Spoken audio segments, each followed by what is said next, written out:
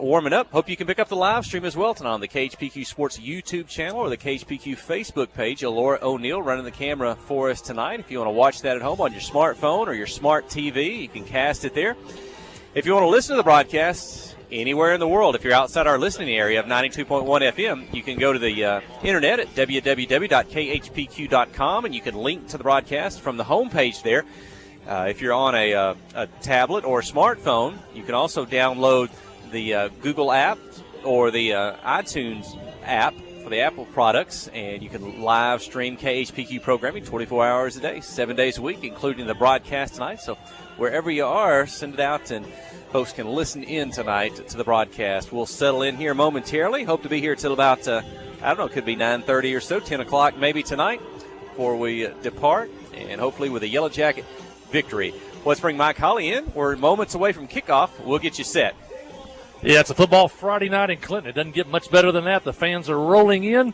Students tonight, I believe, is maybe a highway, I don't know what you call it, a highway maintenance night. They all got their vests on, and that's the theme for tonight. And our special guest, the 1976 conference champion Yellow Jackets and Final Four baseball team. They're settling into their seats on the west end of the stadium, and they'll be honored at halftime. It's been a great reunion. Those guys got here at 5 o'clock. They've been up in the hospitality room having a great time. And just like it's been 40 years, but it's just like they just saw each other yesterday. And so, but the business at hand tonight is football, and the Yellow Jackets trying to run their record to 4-0 for the first time since 2019 as they take on the Mayflower Eagles tonight. It'll be the number 11 Clinton Yellow Jackets. They're 3-0 in the year, 1-0 in conference play, and taking on the Mayflower Eagles, 1-1 in two non-conference games, a late loss at Smackover, and a big win over Drew Central last week by a score of 35-6. Those teams both Class 3A teams, and they forced 4 turnovers last week in that victory over Drew Central. Yellow Jackets coached by head coach Chris Dufran, 136 wins, the winningest coach in Clinton football history. He is 18th on the active coaching list for wins in the state of Arkansas. Austin Emerson, in his 5th season at Mayflower, 16-26 is his record, and they were 2-8 last year as they played Class 3A football. They moved up to Class 4A this year, and they have won 6 games in the last 3 years. But if you go back to 2017 and 2018, they won 11 and 10 games respectively when they had the running back twins in the backfield, and they ran wild for a couple of years in Class 3A football. Clinton, with the win last week at Hall, as Jeff said on Thursday night on statewide TV, they beat the Hall Warriors 57-20. The Jackets rolled up 50 points in the first half. They got touchdowns from Zane Widener, Brody Emberton, Landon Rose, Bryson Venable, and Cameron Scott. The second time this year the Yellow Jackets have got touchdowns from 5 different players in the same game. Hall scored first on a 75-yard touchdown pass, but then the Jackets ran off 30 straight points and eventually led 50-12 at the half. Each team scored a touchdown in the second half. Zane Widener led the Jackets with 109 yards rushing, 2 touchdowns, 1 running and 1 through the air. Once again, senior quarterback Joe Chalk, very efficient, 5 for 5 throwing the football for 1 touchdown. He also scored a 2-point conversion. Mayflower was idle last week. This is the 3rd straight opponent for the Yellow Jackets that had been idle the week before, so they had 2 weeks to get ready for the Yellow Jackets. These two teams have not met since 2003. Back in 2003 at Mayflower, the Eagles beat the Yellow Jackets 47-6 on that night. But on a year earlier in 2002, week number 6, the Yellow Jackets beat Mayflower by a score of 30-28. So the series is, in the last 20 years, is 1 apiece for each team. Mayflower returns a lot of experience. They have 9 starters back on offense, 9 back on defense, but it's also a group that's only won 6 games over those 3 years. They consider their experience as their strength and their lack of size as their weakness. They're going to run the spread offense like Heber Springs did, and they're going to run a 3-4 defense. Now, one of the keys tonight, Jeff Hall, may be defensively. Last year, Mayflower gave up 41 points a ball game. 8 games, they gave up 35 or more. 9 games, they gave up 26 or more. And I think if the Yellow Jackets do not turn the ball over tonight, force Mayflower to have to play defense all night long, I think the Yellow Jackets, with their running game, may eventually wear down Mayflower as we've seen in the past, some teams just get tired of tackling us as the game goes on. I think that will be the key. But you can't turn it over and give Mayflower extra possessions. Got to watch out tonight. The two backup quarterbacks are also starting wide receivers. You could see some trick plays with those two, maybe double passes. They got two starters returning on the offensive line. They're 3-year starters, the right tackle and the center. They also have a sophomore playing the most important position on the line, which is left tackle. That could be a spot to look at tonight.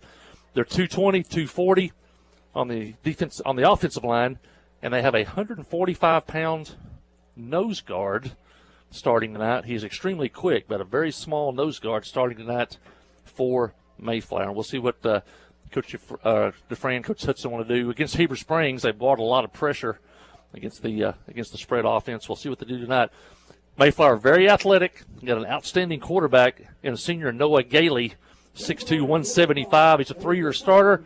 Threw for 2,000 yards and 19 touchdowns last year. So the Yellow Jackets, if you don't play your lane integrity, be where you're supposed to be, get out of position, they do have enough athleticism that they can make you pay for that. So if we go into tonight, you're looking for Yellow Jackets to not turn the ball over, make Mayflower have to play defense. And as we said last year, they gave it 41 points a ball game. So it should be a good one here. The crowd is coming in, and we are just about a minute and a half away from the kickoff. Let's take a break. When we return, we're ready for the broadcast. You're listening to KHPQ in Clinton High School Sports. Friday night at the stadium is not the time to worry about your finances. Let First Arkansas Bank and Trust ease your mind with their mobile banking capabilities. You can check your balance, transfer funds between accounts, and even find the nearest ATM for dinner after a road game. The free mobile app is available on the iTunes. Cowboy Chrysler Dodge Jeep Ram is gearing up for football season.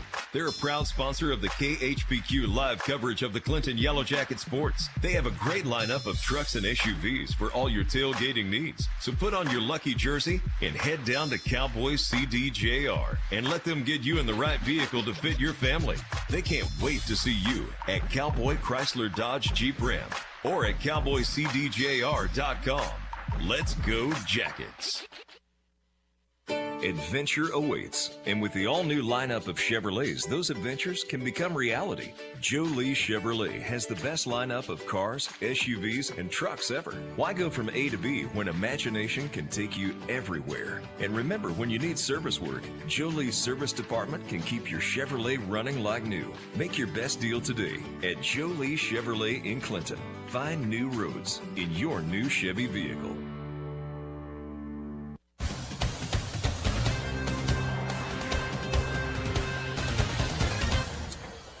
And ready for the kickoff. The Yellow Jackets will be kicking off. Mayflower, the Eagles receiving. Clinton dressed in the gold pants, black jerseys, gold helmet tonight.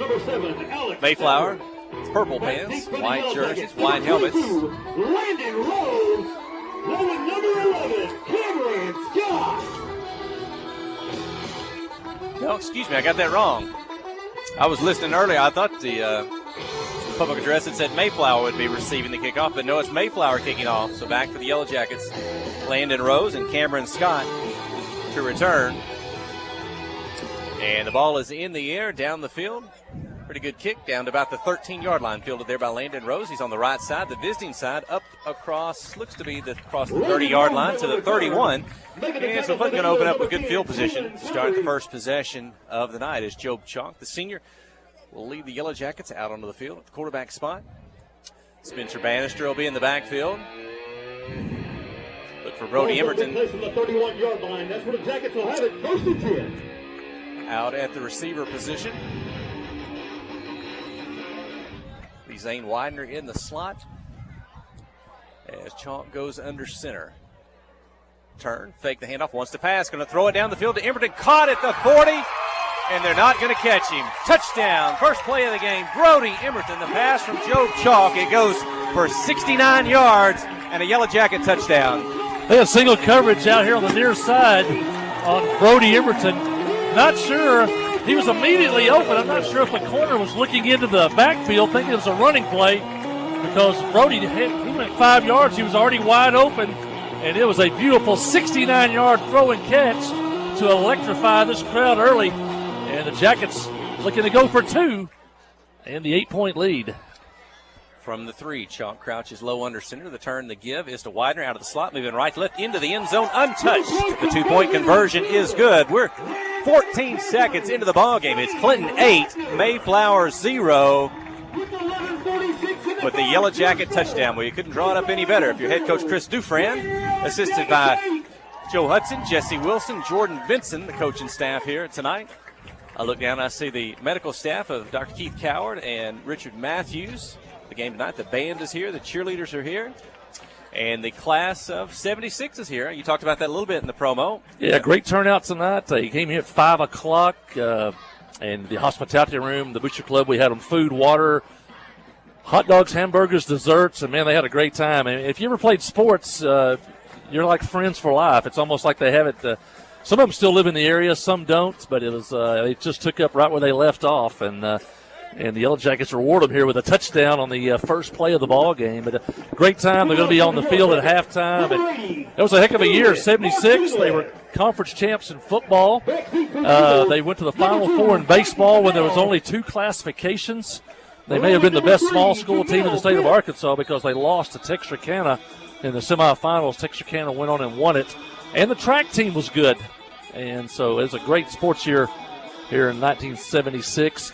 Head coach Marion Glover, he was only here for 1 year, but he made an impression. He went on to Pine Bluff to win 5 state championships and then the Arkansas Hall of Fame. So it'll be a fun night here.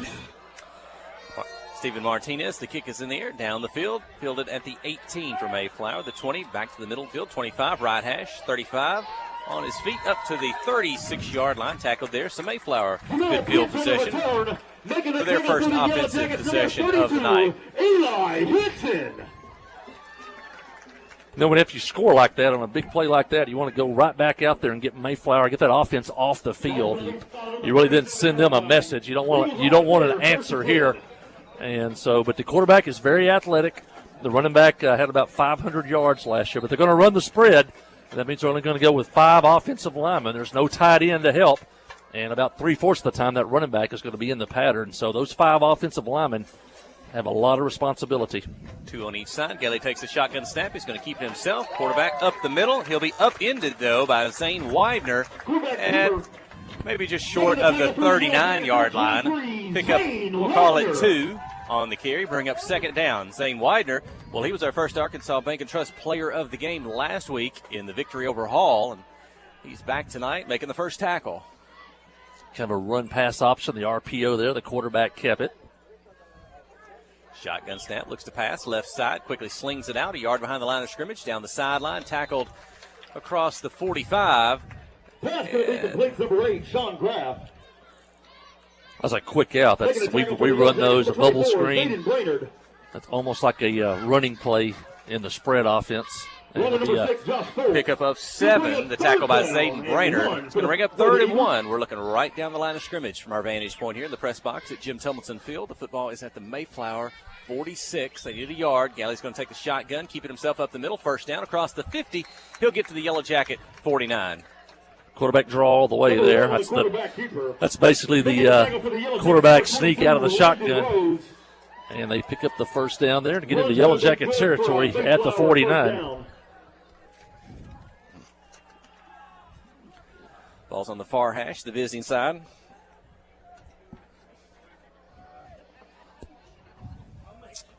He'll take the shotgun, snap 5 yards behind the line of scrimmage, put it in the belly, stretch it out to the right, finds a seam across the 45 up to the Yellow Jacket, just short of the 40-yard line. We'll call it the 41. Pickup of 8 on the carry. Brody Everton on the tackle. That's Fennell, 5'8", 145. He had 500 yards rushing last year and 4 touchdowns. So he runs a 4.8 40. Ball on the near hash now, the home side just below us. Takes the snap. Takes the handoff, keeps himself again up the middle. Draw. This time he'll pull would-be tacklers, trying to grab him around the knees and ankles, but he'll get all the way up to the 31-yard line. A pickup of 10 on the carry, and that's his biggest offensive run of the night. It'll bring up a first down for Mayflower. Yellow Jacket 31. Galley, a big kid, 6'2", 175. Very athletic.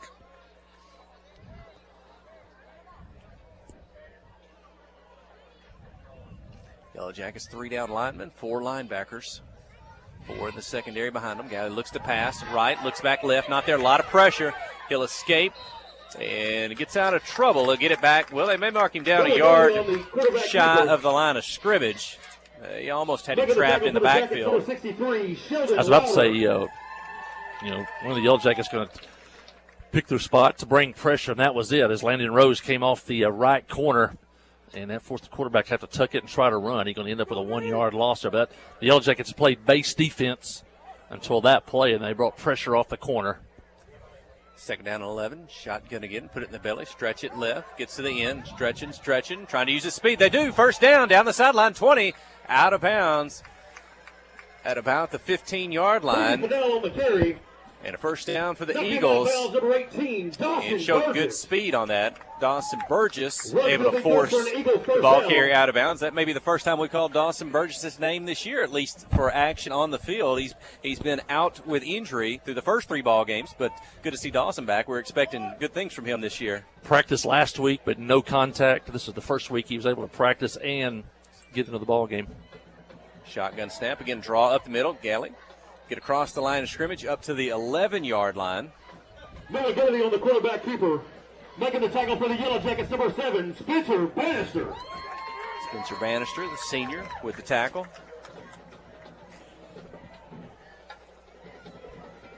Yellow Jackets have been going with the basically the cover defense. They're kind of forcing the quarterback to keep it right now. We've yet to see him really throw one down the field. Fake the handoff again up the middle. Positive yardage up to about the 6. A pick up of 5. On the quarterback keeper. Making the tackle for the Jackets, number 22, Landon Rose.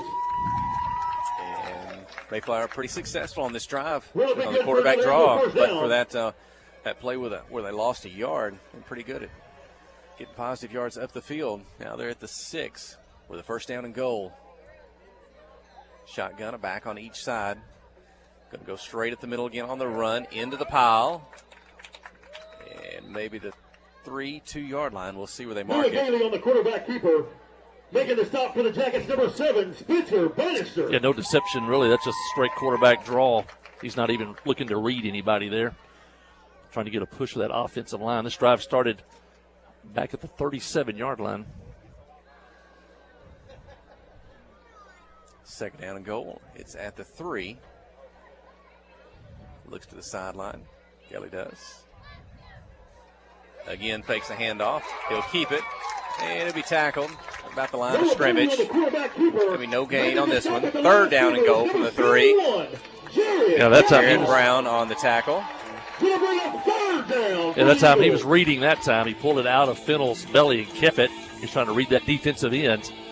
Jackets came up and made the tackle. And I'm pretty sure this is 4-down territory. The ball at the Yellow Jacket 4. They do not huddle. They get on the ball. Now the calls for it. He's going to take the snap, roll to his right, pressure behind him. He's going to throw it to the goal line. Touchdown! Touchdown. Clinton 8, Mayflower 6. Anderson with the catch. Just rolled him to the right. Everybody had single coverage. Basically got a foot into the end zone and then it's kind of screened off the defender. And a pretty good pass that time from Galley, and we're tied, and Mayflower going for the extra point. Alex Stafford on to attempt the extra point. Luke Rainey to hold. Alex Stafford is the kicker.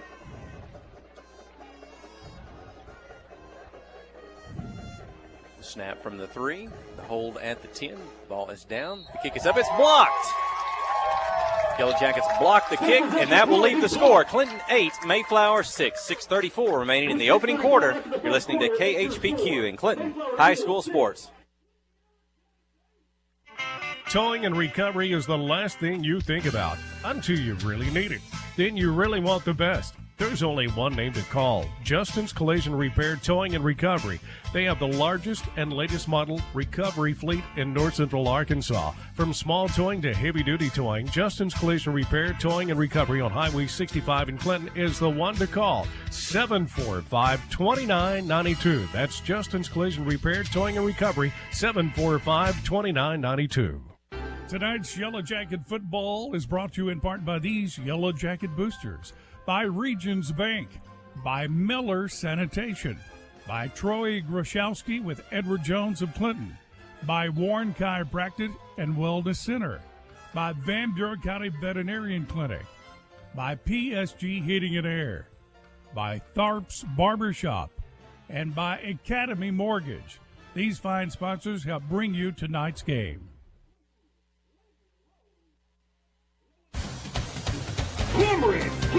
Well, Mayflower answers the Yellow Jacket touchdown on a 4-yard pass from Galley to Anderson. They drove 63 yards for the touchdown, but they missed the extra point. Jackets lead 8-6. The kickoff from the 40 down the field, going to be fielded by Landon Rose. Had an ankle about on the 10, 20, 25. Got blockers. Gets to the middle of the field across the 40. And Landon Rose returns it to the Yellow Jacket 45-yard line. Landon Rose continues his good play this year. 3 touchdowns last week. Had a couple at Cave City, a couple against Heber Springs, and a great kick return. They're talking about Landon Rose.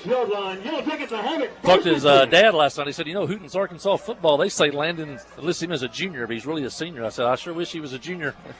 We could sure use another year of Landon. He was our first Arkansas Bank and Trust player of the game in the win over Heber Springs in the second game of the season. Here we go. Chalk with a handoff. Spencer Bannister left to right. Turns it up inside. Lowers the shoulder. Takes on the tackler. He'll move it to the Mayflower 45. A pickup of 9 on the carry. Spencer only carried the ball 6 times last week, but he had 60 yards. Spencer's had a really good yards per carry average. 10 yards per carry last week.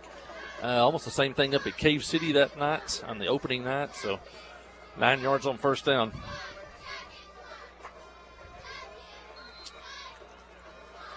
And here we go. Up the middle.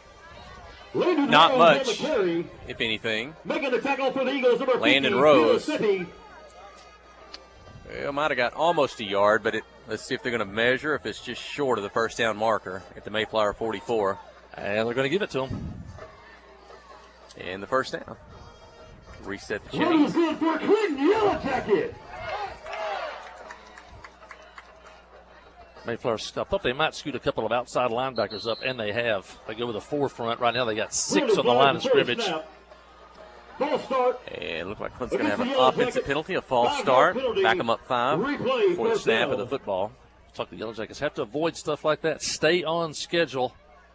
Every play a positive play. Now you got 1st and 15. But, yeah, they normally run a 4-3, but now they're starting to scoot up those outside linebackers. It's almost a 6-man front to try to counter the Yellow Jackets' wing T offense. Football in the middle of the field. Now it's at the Mayflower 49. As Chalk goes low under center. The turn to give is to Widener out of the slot. Untouched. 45-40. Breaks to the outside. 30. 25-20. They'll dive. Take him out at his ankles. But Zane Widener all the way to the Mayflower 17. It's going to be a pickup of, 32 yards on the carry. Yeah, once Widener got past the initial line to the second level, there was nobody there. Number 11 had the angle on him coming down here. And 11, I don't know if you watched the film, he was pretty smart because if he comes in waist high or above, Zane's going to just knock him to the ground. He came in ankle high and made the tackle. Quickly snapped the football. Bannister to the right side. Good tackle in the backfield. And Bannister trying to get to the end, but no doing. He's dropped at the 20-yard line. Jaden Robinson with a good tackle, cutting off the corner. Bring up a loss of 4, almost 5 on the carry. Jamar Anderson, the young man who caught the touchdown pass, was the one that made the tackle on Zane Widener. Now Yellow Jackets looking at a 2nd and 14. Clock running at 4:40 here in the first quarter. Clinton 8, Mayflower 6. Quick pass. Chalk to Emerton. Caught behind the line of scrimmage. Makes a move, makes a miss. 15-10. A second would-be tackler. He dives for the pylon. Look at touchdown. Emerton dives, hits the pylon on his way down. And that is Brody Emerton's 2nd touchdown of the night. The pass by Joe Chalk. And it's Clinton 14, Mayflower 6. There's the Brody Emerton speed that the state saw last week on statewide television as he returned a punt 60 yards for a touchdown. That time it was the quick out, and it's one-on-one out there, and Brody really did a stop move. He took about a step, stopped completely, and the defender lunged at him, and then he just rolled around, bashing for 21 yards and a touchdown. The 2-point conversion, the handoff to Rose, but they'll keep Landon Rose out of the end zone. The 2-point conversion fails, but it's Clinton 14, Mayflower 6, 4:28 remaining in the first. Stay with us. You're listening to KHPQ in Clinton High School Sports. Friday night at the stadium is not the time to worry about your finances. Let First Arkansas Bank and Trust ease your mind with their mobile banking capabilities. You can check your balance, transfer funds between accounts, and even find the nearest ATM for dinner after a road game. The free mobile app is available on the iTunes Store and Android Market. You can cheer loud and proud for the Yellow Jackets because First Arkansas Bank and Trust has you covered. See a branch for more details. Equal housing lender, member FDIC. The Blagg Law Firm is a proud supporter of Clinton High School Yellow Jacket sports. When you need an attorney, call the Blagg Law Firm. Whether it's an injury accident, criminal defense, DWI, family dispute, or Social Security disability, Ralph Blagg believes in equal justice for all. Located on Court Street in downtown Clinton and on the internet at blagglaw.com. The Blagg Law Firm, a proud supporter of Clinton High School sports.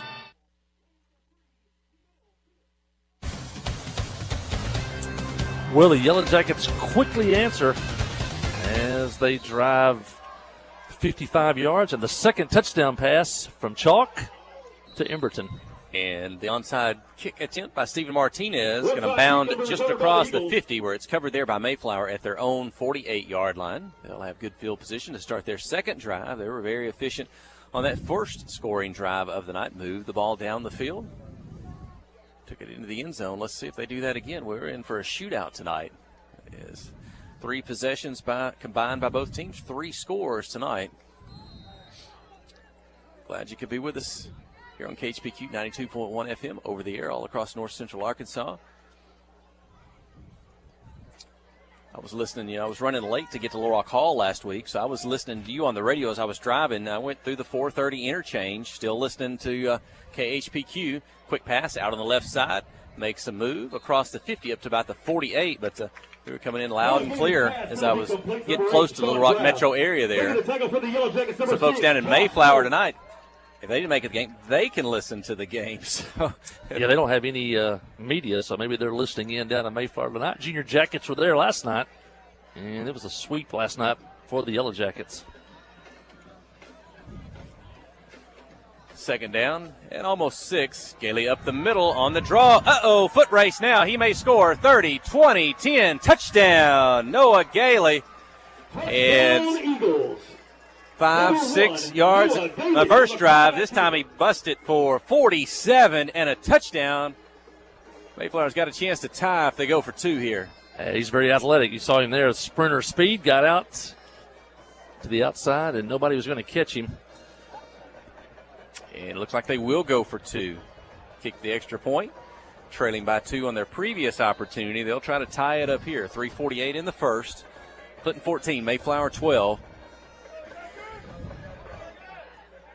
Threw a touchdown pass in this area in the first time, but it's a handoff now. Might have lost the football, dives forward. The 2-point unsuccessful leaves the score Clinton 14, Mayflower 12, 3:48 here in the first. Well, interesting. Again, I guess we do have a shootout. 4 possessions, 4 scores. Clinton scores quick. Mayflower, Gailey out of the quarterback draw, doing the damage for the Eagles. Let's see if either team can make an adjustment or not here on what we've seen so far defensively. Yeah, every possession looks like it's going to be important for both teams. You can't give the other team a free one with a turnover. Got to watch those for both teams as we go along. And, if somebody can come up with a stop, I think both teams still kind of running their base defenses and see what the coordinators may adjust to here or before halftime or at halftime.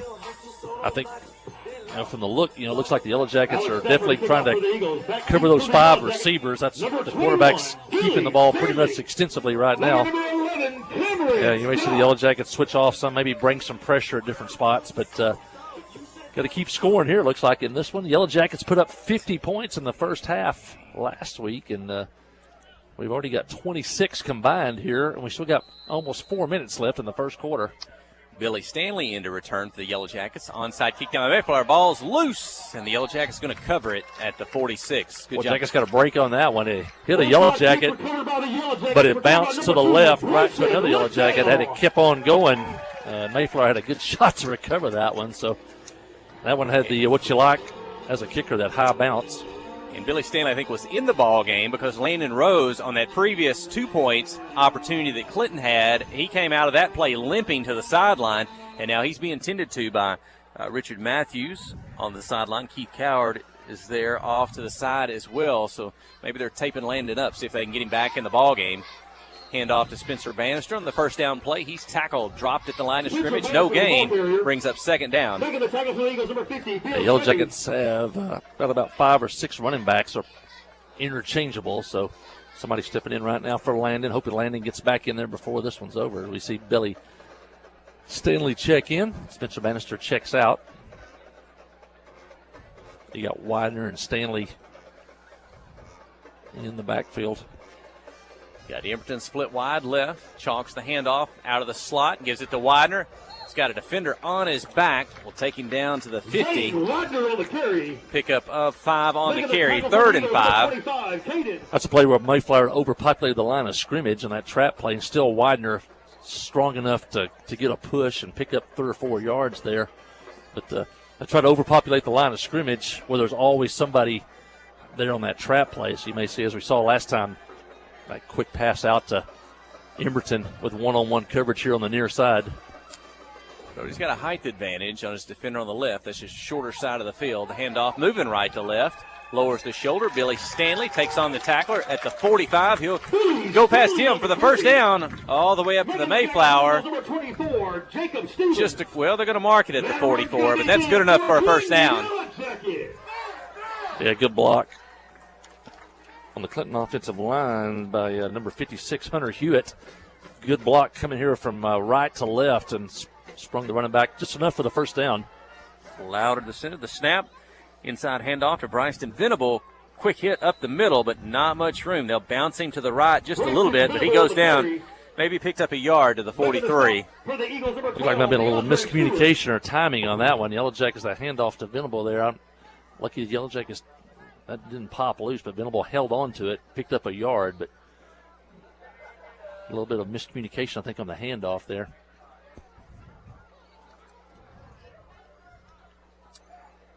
Spencer Bannister will split wide right with Brody Emberton. Widener in the slot. Venable to the right of Chalk. Job's going to pass. Rolls to the right. Pass to the right. Caught by Emberton. Makes the first miss. Good block. Gets by a second. Tackled on the sideline across the 25. Maybe up to the 22-yard line. Had a good miss and had a big block. Extra yardage for Brody Emberton. Yeah, Joe Chalk uses baseball skills. He's a heck of a first baseman.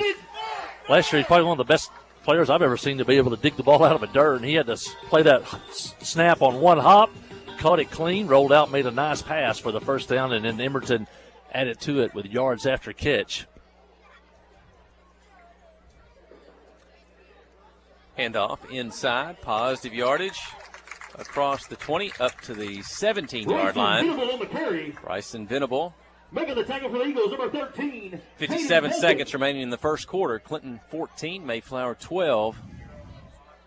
Eagles have not stopped the Yellow Jackets yet. Scored on both the first possessions. The first one was a one-play, 69-yard pass to Brody Emberton. Chalk under center, the give, right side, Venable. They'll push him to the right, parallel to the line of scrimmage, tackle him there, miss forward progress, and Maya got back to the line of scrimmage. Still at the 17. It's going to bring up 3rd down and 3. That might be the last play of the first quarter. Yellow Jackets won't have to snap it unless they want to. You look at the play clock and the game clock. They'll break the huddle. 10 seconds here in the first quarter, clock running. Chalk will go under center. Looks like they're going to snap the football. They do quick, drops it. And Job Chalk will cover the football. The center quarterback exchange drop. They cover. That's the final play of the first quarter. It'll be 4th and 3 when we return. And it's Clinton 14, Mayflower 12. You're listening to KHPQ in Clinton High School Sports. Cowboy Chrysler Dodge Jeep Ram is gearing up for football season. They're a proud sponsor of the KHPQ live coverage of the Clinton Yellow Jacket Sports. They have a great lineup of trucks and SUVs for all your tailgating needs. So put on your lucky jersey and head down to Cowboy CDJR and let them get you in the right vehicle to fit your family. They can't wait to see you at Cowboy Chrysler Dodge Jeep Ram or at cowboycdjr.com. Let's go Jackets. Life is better with football. And with First Security. We have the resources and the know-how to tackle your needs, plus a local team you can count on. So you're making better plays because First Security is making better happen during this season and every season. What's your better? Get there with us. Stop by your local First Security banking center or visit us online at fsbank.com today. First Security. Bank better. Member FDIC, Equal Housing Lender. Well, the Yellow Jackets lead at the end of the first quarter, 14-12. 2 touchdown passes from Chalk to Emberton. They put the Yellow Jackets in the lead. Mayflower's also scored on both of their possessions in the first quarter, and now the Yellow Jackets face a huge 4th and 4 from the Mayflower 17-yard line. Both teams looking for their first stop of the ball game. The Yellow Jackets are going to go to the shotgun. Empty backfield for Chalk. 5 receivers, 4 on the left, 4 on the right. They'll throw it behind Widener. He's got blockers in front of him, but he's not going to get it. Good defense by the Eagles. They'll stuff that one. Widener will get back to the line of scrimmage, it looks like, but the ball's going to go over on downs to the Eagles. The biggest defensive play of the night thus far. Mayflower will take the football. They had 4 wide receivers to the left, and they were hoping that get the ball to Widener quickly, and then those other 3 receivers become blockers, but Mayflower got penetration. Widener got about a yard, and that's the first stop of the night. The first team to blink is Clinton tonight. And let's see now if the Clinton defense can do something to get Mayflower off the field. It's been quarterback Noah Gailey out of that quarterback draw doing the damage. He scored the long touchdown on the previous play. He's going to quarterback draw again up the middle. This time he'll get to the line of scrimmage, be met there, knocked backwards. They'll give him maybe a yard or so on the carry. That time maybe the Yellow Jackets were ready. Jared Brown made the initial contact, and then Widener came up and made the tackle. See Widener Brown kind of shaking that right shoulder. Him and Gailey met at the line of scrimmage. Let's see what Clinton's going to be looking at for now. He's had several carries already in the ball game. Quick pass on the right side. Caught up at about the 21, maybe the 22. Pick up a 4 or 5 on the throw and catch. They're going to give him a little more than that. They're going to give him about 7. It'll be 3rd and 3. Little hitch route, little curl in route, they used to say. And 3rd down and 3 now for Mayflower. Dawson Maynard on the tackle. Can the Yellow Jackets get a stop here and make the Eagles look at a 4th down play? Uh-oh. Looks like Yellow Jackets jumped the line of scrimmage. Flag before the snap. It looks like it's going to be defensive offsides. And that'll be a 1st down for Mayflower. The first penalty of the night, I guess, in the second quarter. Mayflower did to us what we do to a lot of people, is draw people off sides on 3rd down, picks up a 1st down, and keeps the drive alive.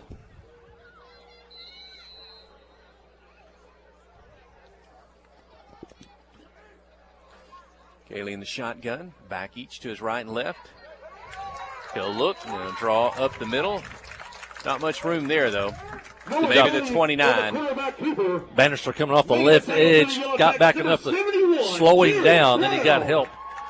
But Bannister slowed that play down by grabbing him by the ankles and then getting some help, and he picks up, and still gets 2 yards on the play.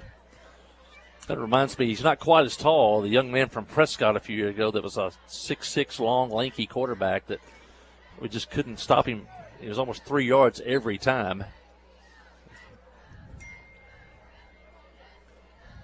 This time, he's going to keep it to the right side. Gets to the end. Drag would-be tacklers for the 1st down across the 40.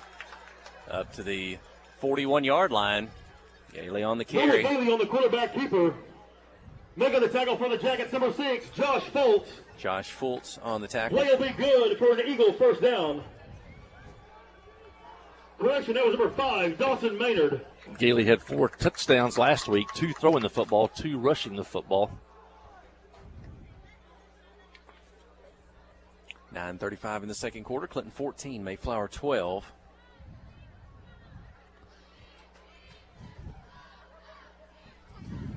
His best game last year was 217 yards through the air against Atkins and 4 touchdowns. This time the handoff straight up the middle. Across the line of scrimmage. To about the 44, maybe short of the 45. Pickup of a couple on the carry. Give the Mayflower offensive line credit so far. There are a couple of 220s up there and a couple of 260s. And you got 2 3-year starters on the line. You got to remember when you run the spread, you're not getting any help from a tight end. There's no 6th blocker, as those 5 offensive linemen are basically on an island.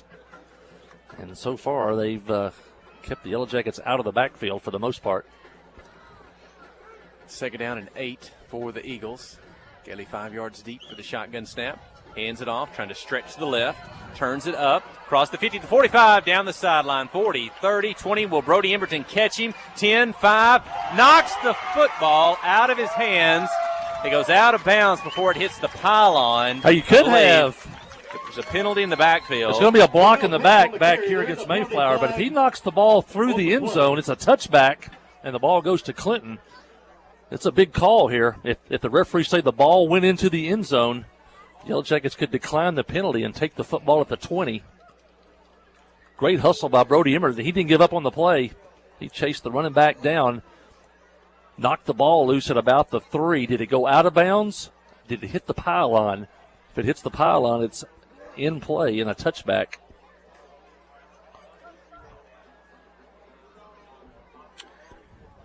And the head official will call to head coach Chris Dufresne. I think he explained his options as he points back at the flag at the 45-yard line. And it looks like that's going to be the call. I think the Yellow Jackets are disappointed. I think the officials are going to say the ball went out of bounds before it got to the end zone. I can't say either way from here, but we did see the pylon go down. Great hustle by Brody Emberton. You never know. Never give up. You never know what might happen. He was the only man that had a chance. Mayflower wants an explanation, but Mayflower caught a break here at the least. At least they get to keep the football.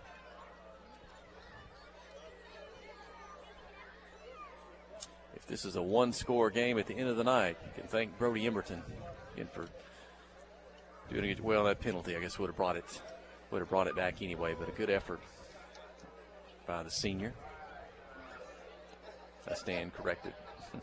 Running back came to the near side, and then he cut back up, and that's probably when the block in the back occurred here in front of the Clinton bench. Replay, second down.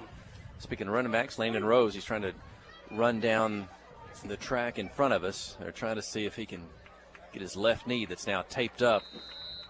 See if it's, I guess, stable and good and ready where he can get back out on the field. He's working with Dr. Keith Coward at the moment. And now the Eagles be back to action. They're looking at a second and about 18.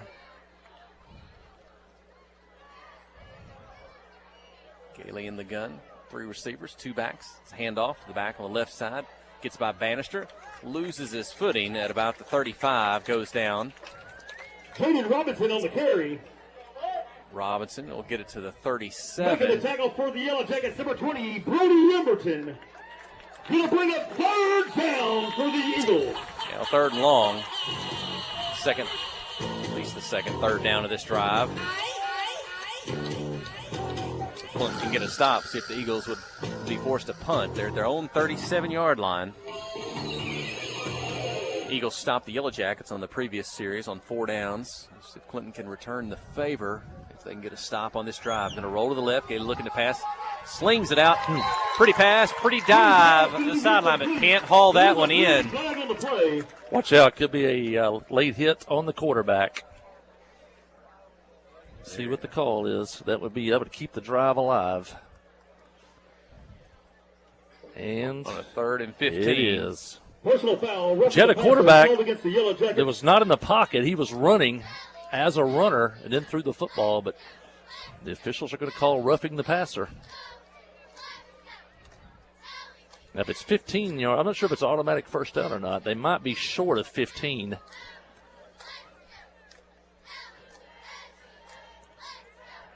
Boy, possessions are so valuable. You hate to hand them a free one here. There's going to be fourth down and about 15.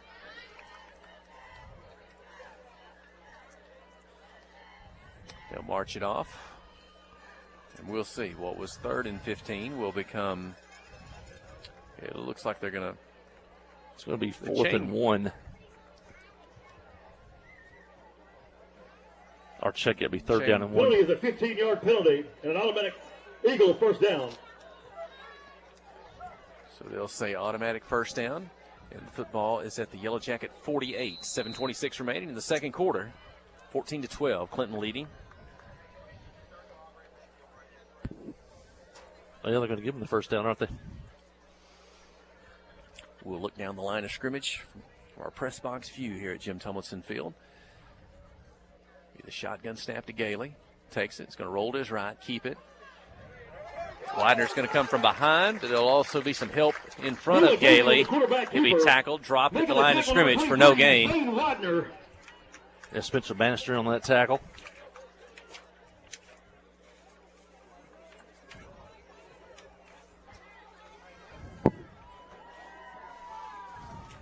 May have even lost along with about a Cameron yard. Scott on that tackle.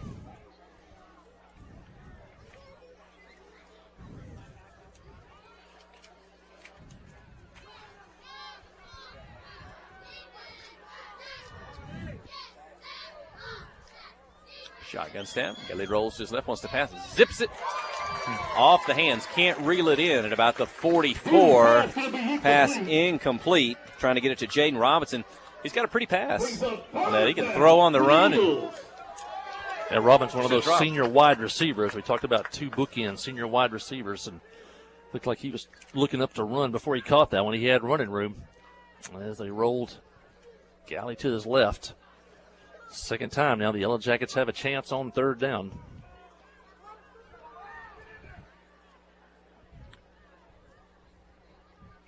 Eight seconds on the play clock. Gailey looks to the sideline. Both teams have all 3 timeouts remaining. They're going to have to snap it quick. 2-1. There's the snap. Fake the handoff. Looking to pass. Middle of the field.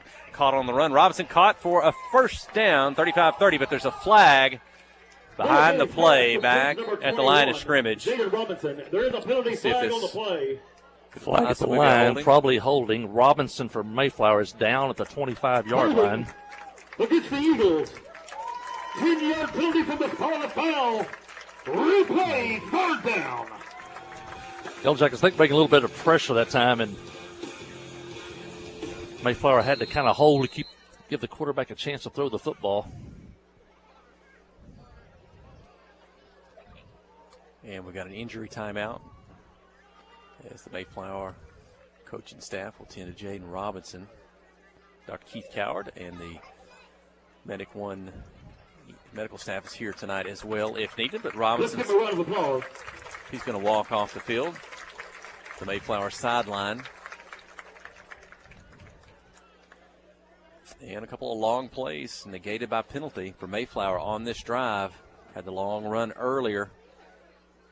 Yeah, Yellow Jackets are in that same spot we were just a few minutes ago when the Jackets had Mayflower backed up on 3rd and long.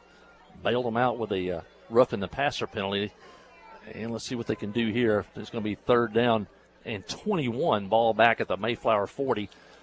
They were at the Clinton 48-yard line just moments ago. We might talk about the 76 team may have been the best defensive team in school history. They gave up 36 points the entire regular season. 4 shutouts. Those guys are saying, what's the deal here? I've seen this many points in our career. And flag at the snap of the football. Flag before the snap. There's going to be a procedure penalty against Mayflower. Going to back them up 5 more for 3rd down. It's amazing. The 76 team, they played the wishbone. Almost everybody else played the wishbone. A day in time when people didn't pass the ball much. They picked off 16 passes in 11 games. Great defense, led by our very own Stan Smith at safety, running the scoreboard just 2 doors down from us. So Gailey, the scoreboard says 3rd. Oh, he's going to be sacked. He's going to be dropped. Jackets brought the heat. They brought the middle linebacker, Zane Widener, on a blitz. And he was in the quarterback's face almost immediately. And maybe that's the spark the Yellow Jacket defense needed. And the Jackets will get the ball back with about 5.5 minutes left. We saw the Eagles with their biggest defensive play of the night on the previous Jacket series. Well, there's Clinton's biggest defensive play of the night. That's going to force the Eagles into a 4th and forever. And they'll send out the punt team with 5:20 remaining in the second quarter with a 14-12 lead for the Yellow Jackets. 3 timeouts. Clinton has scored quickly on the previous 2 opportunities. So a lot of time here. Mayflower will call a timeout. Well, the Jackets, so we mentioned the junior high. They went to Mayflower last night. I call them the 7th grade. I call them the Stingers. The little Stingers last night beat Mayflower by a score of 22-0. And the 7th grade team now 2-0 on the season. And the junior high team won by a score of 26-6. They gave up 1 first down in the first half and 1 drive in the fourth quarter. It was all Mayflower could get on offense against our junior high defense last night. Junior Jackets are now 2-1 on the season. That only loss was 40-38 to Class 5A BB. And the Junior Jackets are now 1-0 in conference play. And they'll be here Thursday night as they'll host Haskell Harmony Grove here at Jim Tumleson Field. Get out and watch a really good junior high program. Out of the timeout. Mayflower to punt. Football is now back at the 32. Brody returned 160 yards last Thursday for a touchdown on a punt return. Here's the kick. It's a high kick, but it's short. The right side of the field. It's going to stay on the Mayflower side of the 50 to the 47. So a short kick, a net of about 18 yards. And Clinton's going to have it at the Eagle 47 with just over 5 minutes to go. I think that was a case of we don't want to kick to Brody Emerton. You can see the kicker. He turned and angled directly toward the sideline. I think that probably threw the kickoff, too, because it was high and short. And I think that's all because of the fear of Brody Emerton on the return. Brody's got 2 touchdowns tonight for the Yellow Jackets on the receiving end of passes from Job Chalk. Jackets in the shotgun now.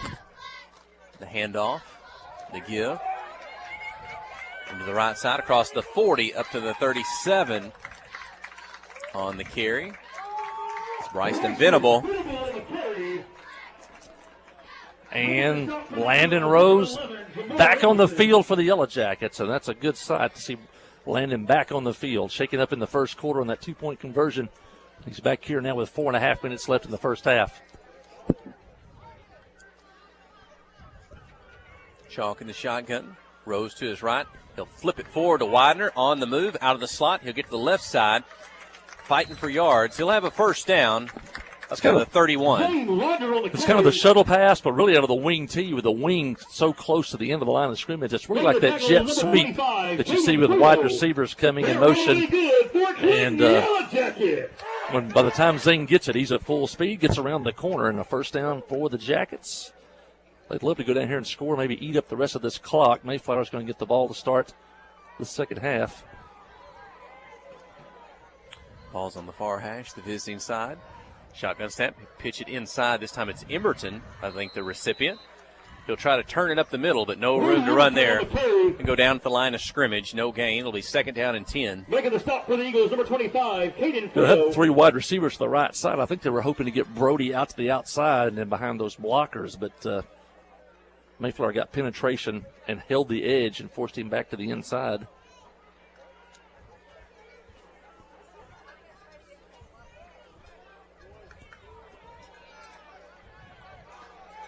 Chalk goes up under center. Handoff, Spencer Bannister to the right, and he'll lose his footing and slip down behind the line of scrimmage. Go down at the 33, a loss of 2, bring up 3rd and 12. Well, critical play now for the Yellow Jackets. Promising drive. Now we're looking at 3rd down and 12.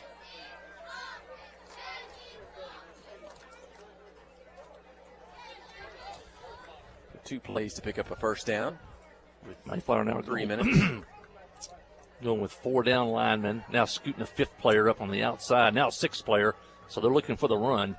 And we'll shift right. It's Widener out of the wing, going right to left. He'll be spun around across the 30 up to the 29, a pickup of about 4. And that's going to bring up 4th down for Clinton. It'll be 4th and 8. 2:45 clock running.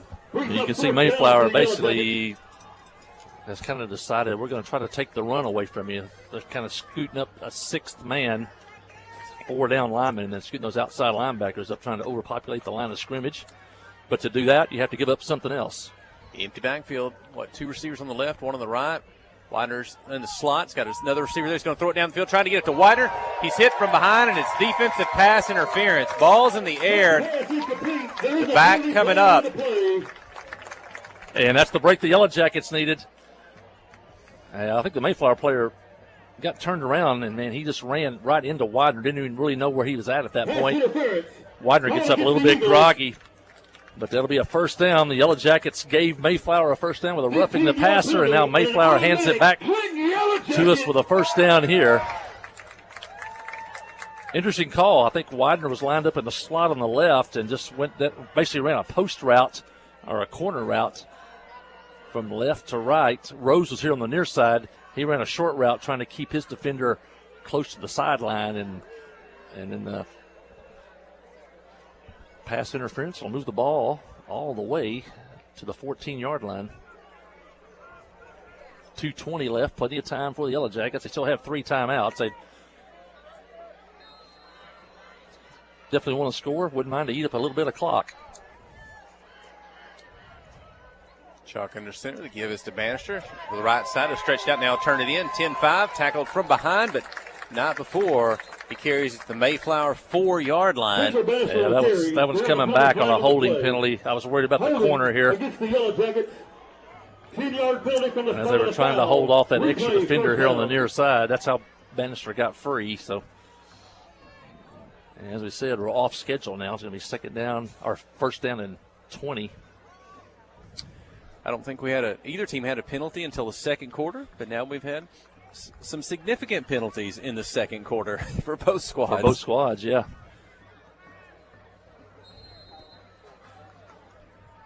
Jackets really need to score here. Maybe take a little bit of the life out of Mayflower. Chalk's in the shotgun. He's got Rose to his left, fakes it in the belly, whips it out to Widener behind the line of scrimmage. It'll be tackled. Not much room there for St. Widener. Well, Chalk zipped that one in there. A Mayflower player jumped it. He just missed the interception by a second or two there, and then Widener made a good catch and got some positive yards. Joe Chalk, he's got good placement with that football. We've seen some games this year. Quarterbacks had some trouble getting the ball on target. When drops, Joe puts it right where he needs it to be on those passes. Yeah, he's been very efficient this year. Looking to pass again. Pump fakes a little bit. He's got some pressure. Forces him to run. Gets by one defender. Dives forward to about the 17, maybe the 18. A pickup of about 5. A good job by Joe Chalk to make something out of nothing there. Yeah, if he got just past that corner there, he had even more running room there. Just enough to trip him up. And his dad, Superintendent Jay Chalk, he was a fullback. A graduate, I think back in, what would that have been, a 1986 graduate for Coach Mike Maxwell. Timeout on the field, I think, yes, I'm not sure who took it. We haven't had a signal. They may be resetting the clock. There's a minute 8. Well, they may adjust that before we go to halftime here. What's going to happen at halftime tonight? 1976 team will be led onto the field by Superintendent Jay Chalk, and they'll be honored at the half. Reading of the accomplishments of both the baseball and the football team here at the half. And a lot of guys still live in the area. A lot of people that you probably know is Dennis Lovin and Stan Smith still in the area. Melvin Emerson in the area, I think. Russell England made the trip up. I think he lives at Sheridan now. Coached football for a long time. Melvin Emerson told me he coached in the second year Chris was here as an assistant. So back around late 90s, around 2000.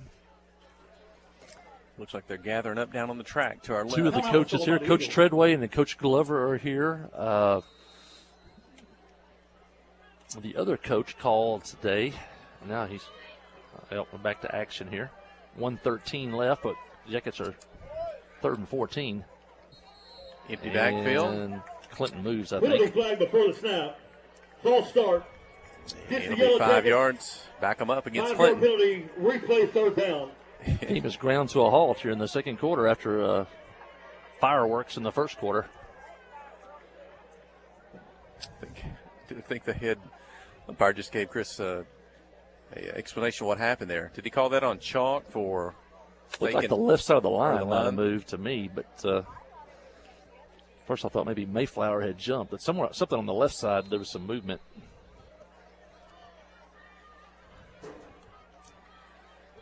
And it looks like Clinton still has all 3 timeouts. Now they'll start the play clock. Jackets need a big play here. Don't have to get it all, but need to get close. Shotgun snap, roll the left, pressure from behind. Joe's going to get the pass off. Caught inside the 5, falling forward, or at about the 5, excuse me. It may be short of a first. Uh-oh, is it in? What a play by Chalk.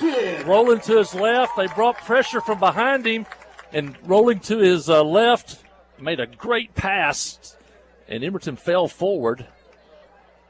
And going to be 4th down and 4th and 2. The Yellow Jackets have a chance here. A great catch by Emerton down there in traffic. But, boy, Chalk really zipped that one in there. That was a long way from our vantage point. I'd like to see that one on video. Maybe if you're watching the live stream tonight, you can go back and see that. All the games are archived, so even if you miss it tonight, you can go to the KHPQ Sports YouTube channel tomorrow or at any time and watch this game and maybe watch that catch by Brody Emerton. Maybe we can get a better look at that. Well, Chalk, he didn't have much time. He knew the heat was coming from behind. They brought, was that Robinson 21 on a blitz from the backside. He kind of slid past a would-be tackler and then zipped that one in there running to his right. You know, they talk about quarterbacks like to throw on a platform. That means you take the snap and you're standing in one spot and you throw with perfect technique. And on defense, you want to get people off the platform. Quarterbacks moving, having to throw. And we saw a couple weeks ago, you know, the Heber quarterback had a lot of trouble throwing while on the move. Man, Chalk on the move made a perfect pass right there. I think they get a touchdown here. This game continues on in the second half like the first half. Joe Chalk, he might be an early nominee for our first Arkansas Bank and Trust player of the game. Got to get a first down here, though. Interesting set here. The ball's on the 6. It's 4th and 1. You can get a first down short of the end zone. Mayflower got a 4th down stop on the Yellow Jackets earlier, and it looks like Clinton has drawn the Eagles offsides. Mayflower did that to Clinton on an earlier drive of their own. Now Chalk's able to draw the Eagles, and that'll get you a first. It'll be 1st and goal for the Yellow Jackets. Or is it? Where was the ball at?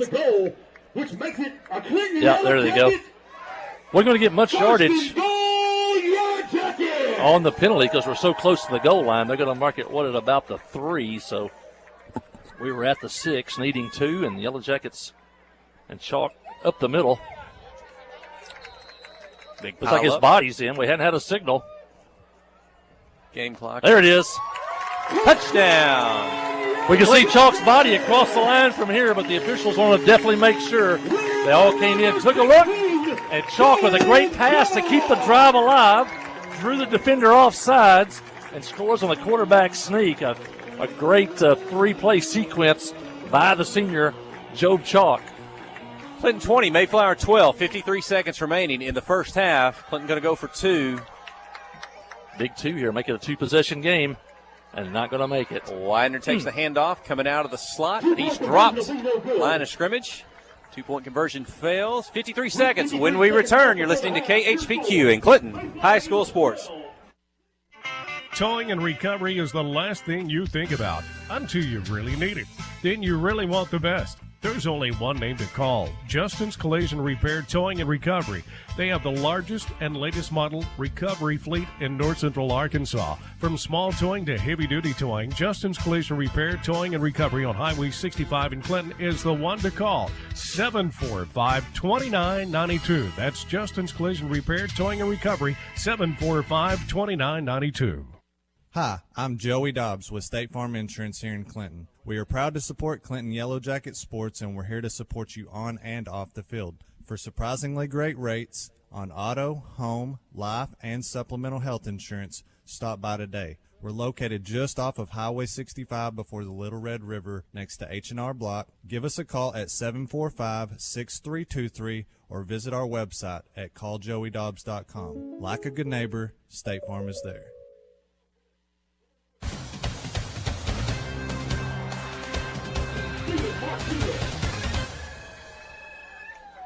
And Steven Martinez to kick for the Yellow Jackets. Mike Hawley's making his way down to the field for the halftime presentation to the 1976 football team. We'll finish up the first half here for you. Martinez going to kick it. It's near the sideline. Over the head, off the hands, inside the 20, back to the 15, retreating, and tackled all the way back at the 10. I think they'll give him the 15, where he met the would-be tackler before being forced back. So Mayflower may not have much of an opportunity here, but just try to get out of the first half with a Clinton 20-12 lead.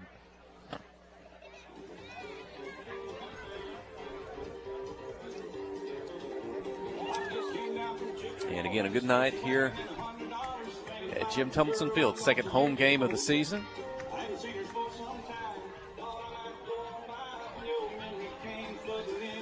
Clinton 3 wins, no losses on the season. 1 win in conference play tonight, their second opportunity to pick up a conference win. Before traveling, I believe, to Haskell Harmony Grove next week, just south of Benton. Hand off to the right side. I think that's Robinson stretching it out, but a lot of wood. And ball's loose, as if it's a fumble or if he hit the ground before the ball came out. I think that's the call by the official, not a fumble. It was down before the ball came loose. Mayflower quickly on the ball. They're going to snap it. They're going to run another play with near 20 seconds. Ganley drops it. He'll pick it up. Gets up the middle, breaks it out. Across the 35. That's a first down. That'll stop the game clock, which momentarily to reset the chains. Spencer Bannister on the tackle. Haley's dangerous, just running that quarterback draw up the middle. You got to defend that. Clock down to 5 seconds. Looks to pass. Now he's going to run. He's got space in front of him, but he's got Yellow Jackets as well. He'll be forced out of bounds at the Yellow Jacket 38 with no flags. That'll be the final play of the first half. Got an Eagle down on the field, being tended to as the players will exit. The Yellow Jackets to the field house. Mayflower will head down, look like, to the end zone. Injured player being tended to out on the field. It's Clinton 20, Mayflower 12. The 1976 class to be honored here at halftime. We'll take a break. Stay with us. Watch it on the live stream if you can tonight. And we'll tell you more about that as the evening goes on. You're listening to KHPQ and Clinton High School Sports. Cowboy Chrysler Dodge Jeep Ram is gearing up for football season. They're a proud sponsor of the KHPQ live coverage of the Clinton Yellow Jacket Sports. They have a great lineup of trucks and SUVs for all your tailgating needs. So put on your lucky jersey and head down to Cowboy CDJR and let them get you in the right vehicle to fit your family. They can't wait to see you at Cowboy Chrysler Dodge Jeep Ram or at cowboycdjr.com. Let's go Jackets. Steve Good at Goods Cash Savers says you can learn a lot about life by playing sports. You may never be the biggest or the fastest, but you can always try to be the very best and give 100%. And that's what they do every day at Goods Cash Saver. Even though they don't have the biggest building, they try to have every item that you might need in groceries. They also overachieve every day in their meat department. So when you're looking for a place to shop, give Goods Cash Saver a try. A supermarket that cares about you and your community and says, go Yellow Jackets. Friday night at the stadium is not the time to worry about your finances. Let First Arkansas Bank and Trust ease your mind with their mobile banking capabilities. You can check your balance, transfer funds between accounts, and even find the nearest ATM for dinner after a road game. The free mobile app is available on the iTunes Store and Android Market. You can cheer loud and proud for the Yellow Jackets because First Arkansas Bank and Trust has you covered. See a branch for more details. Equal Housing Lender, member FDIC. Adventure awaits, and with the all-new lineup of Chevrolets, those adventures can become reality. Joe Lee Chevrolet has the best lineup of cars, SUVs, and trucks ever. Why go from A to B when imagination can take you everywhere? And remember, when you need service work, Joe Lee's service department can keep your Chevrolet running like new. Make your best deal today at Joe Lee Chevrolet in Clinton. Find new roads in your new Chevy vehicle. Wherever the river flows and however the game goes.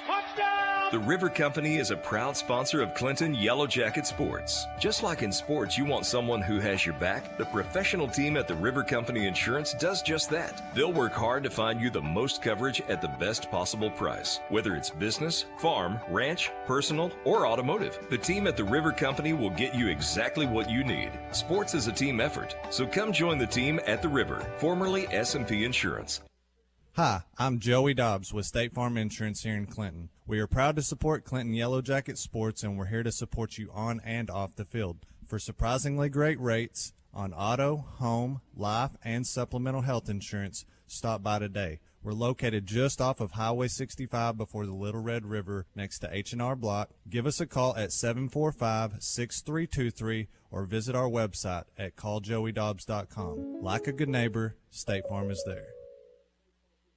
Friday night at the stadium is not the time to worry about your finances. Let First Arkansas Bank and Trust ease your mind with their mobile banking capabilities. You can check your balance, transfer funds between accounts, and even find the nearest ATM for dinner after a road game. The free mobile app is available on the iTunes Store and Android Market. You can cheer loud and proud for the Yellow Jackets because First Arkansas Bank and Trust has you covered. See a branch for more details. Equal Housing Lender, member FDIC. Wherever the river flows and however the game goes. The River Company is a proud sponsor of Clinton Yellow Jacket Sports. Just like in sports, you want someone who has your back. The professional team at the River Company Insurance does just that. They'll work hard to find you the most coverage at the best possible price. Whether it's business, farm, ranch, personal, or automotive, the team at the River Company will get you exactly what you need. Sports is a team effort, so come join the team at the River, formerly S&P Insurance. Wherever the river flows and however the game goes. The River Company is a proud sponsor of Clinton Yellow Jacket Sports. Just like in sports, you want someone who has your back. The professional team at the River Company Insurance does just that. They'll work hard to find you the most coverage at the best possible price. Whether it's business, farm, ranch, personal, or automotive, the team at the River Company will get you exactly what you need. Sports is a team effort, so come join the team at the River, formerly S&P Insurance.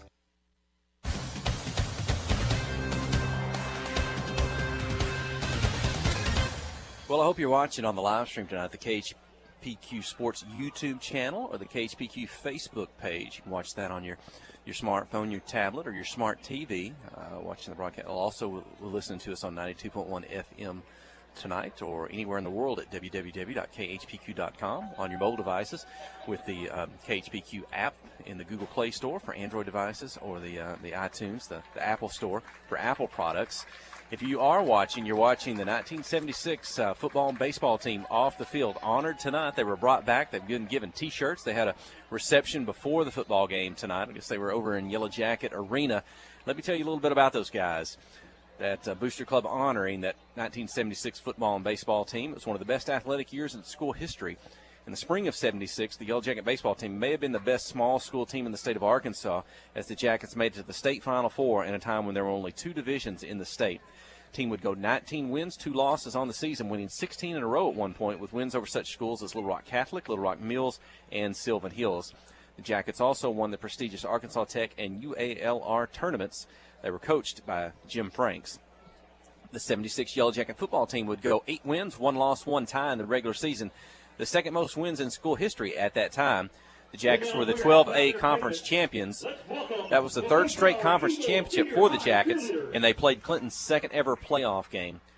That year they faced a must-win situation to make the playoffs in a late-season game at Greenbrier, but on a cold October night in a game played in the rain on a muddy field, the Jackets won 13-6, holding the powerful Panthers to a minus 27 total yards.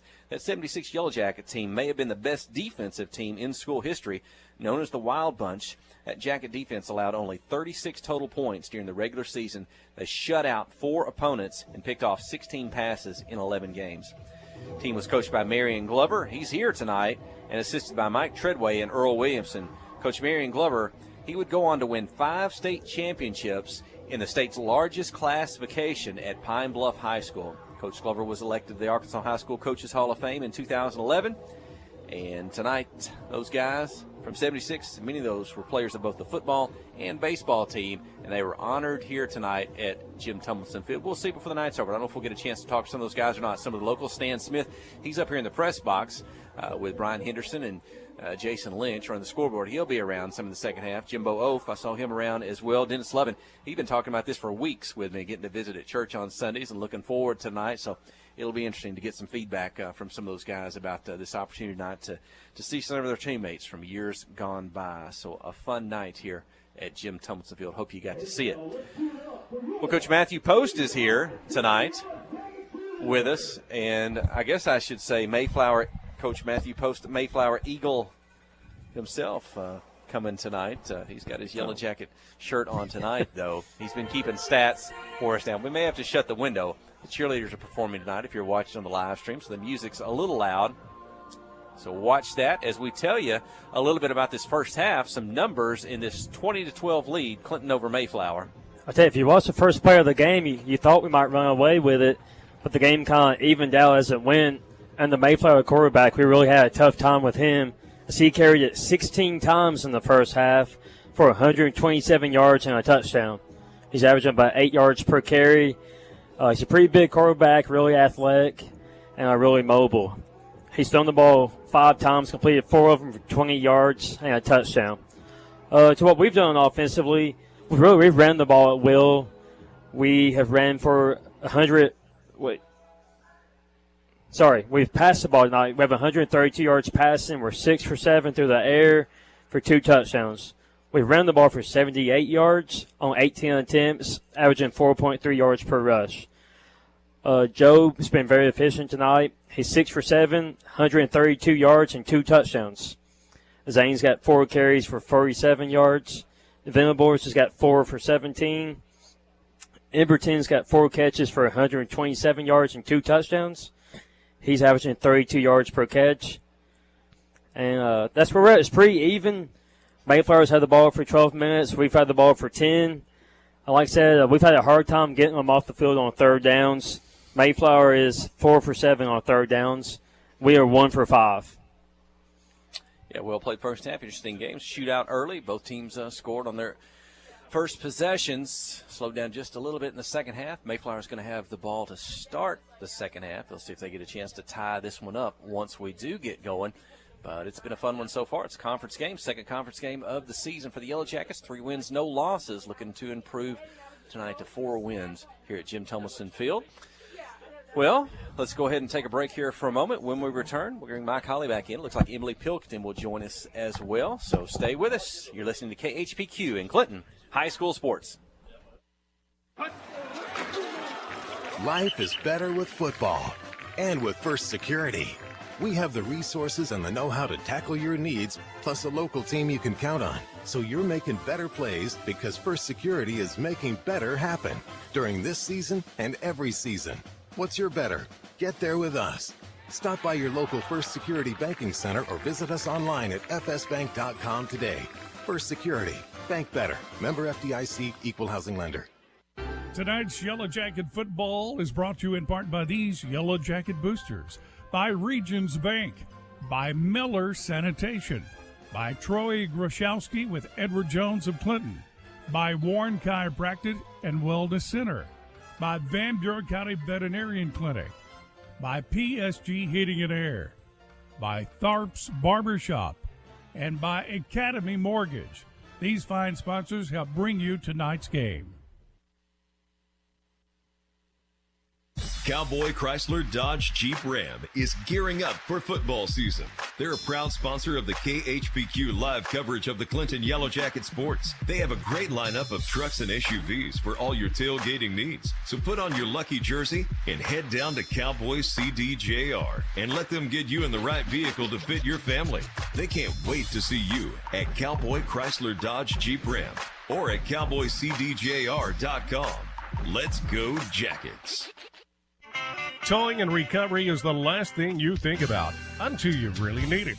Then you really want the best. There's only one name to call, Justin's Collision Repair, Towing and Recovery. They have the largest and latest model recovery fleet in North Central Arkansas. From small towing to heavy-duty towing, Justin's Collision Repair, Towing and Recovery on Highway 65 in Clinton is the one to call, 745-2992. That's Justin's Collision Repair, Towing and Recovery, 745-2992.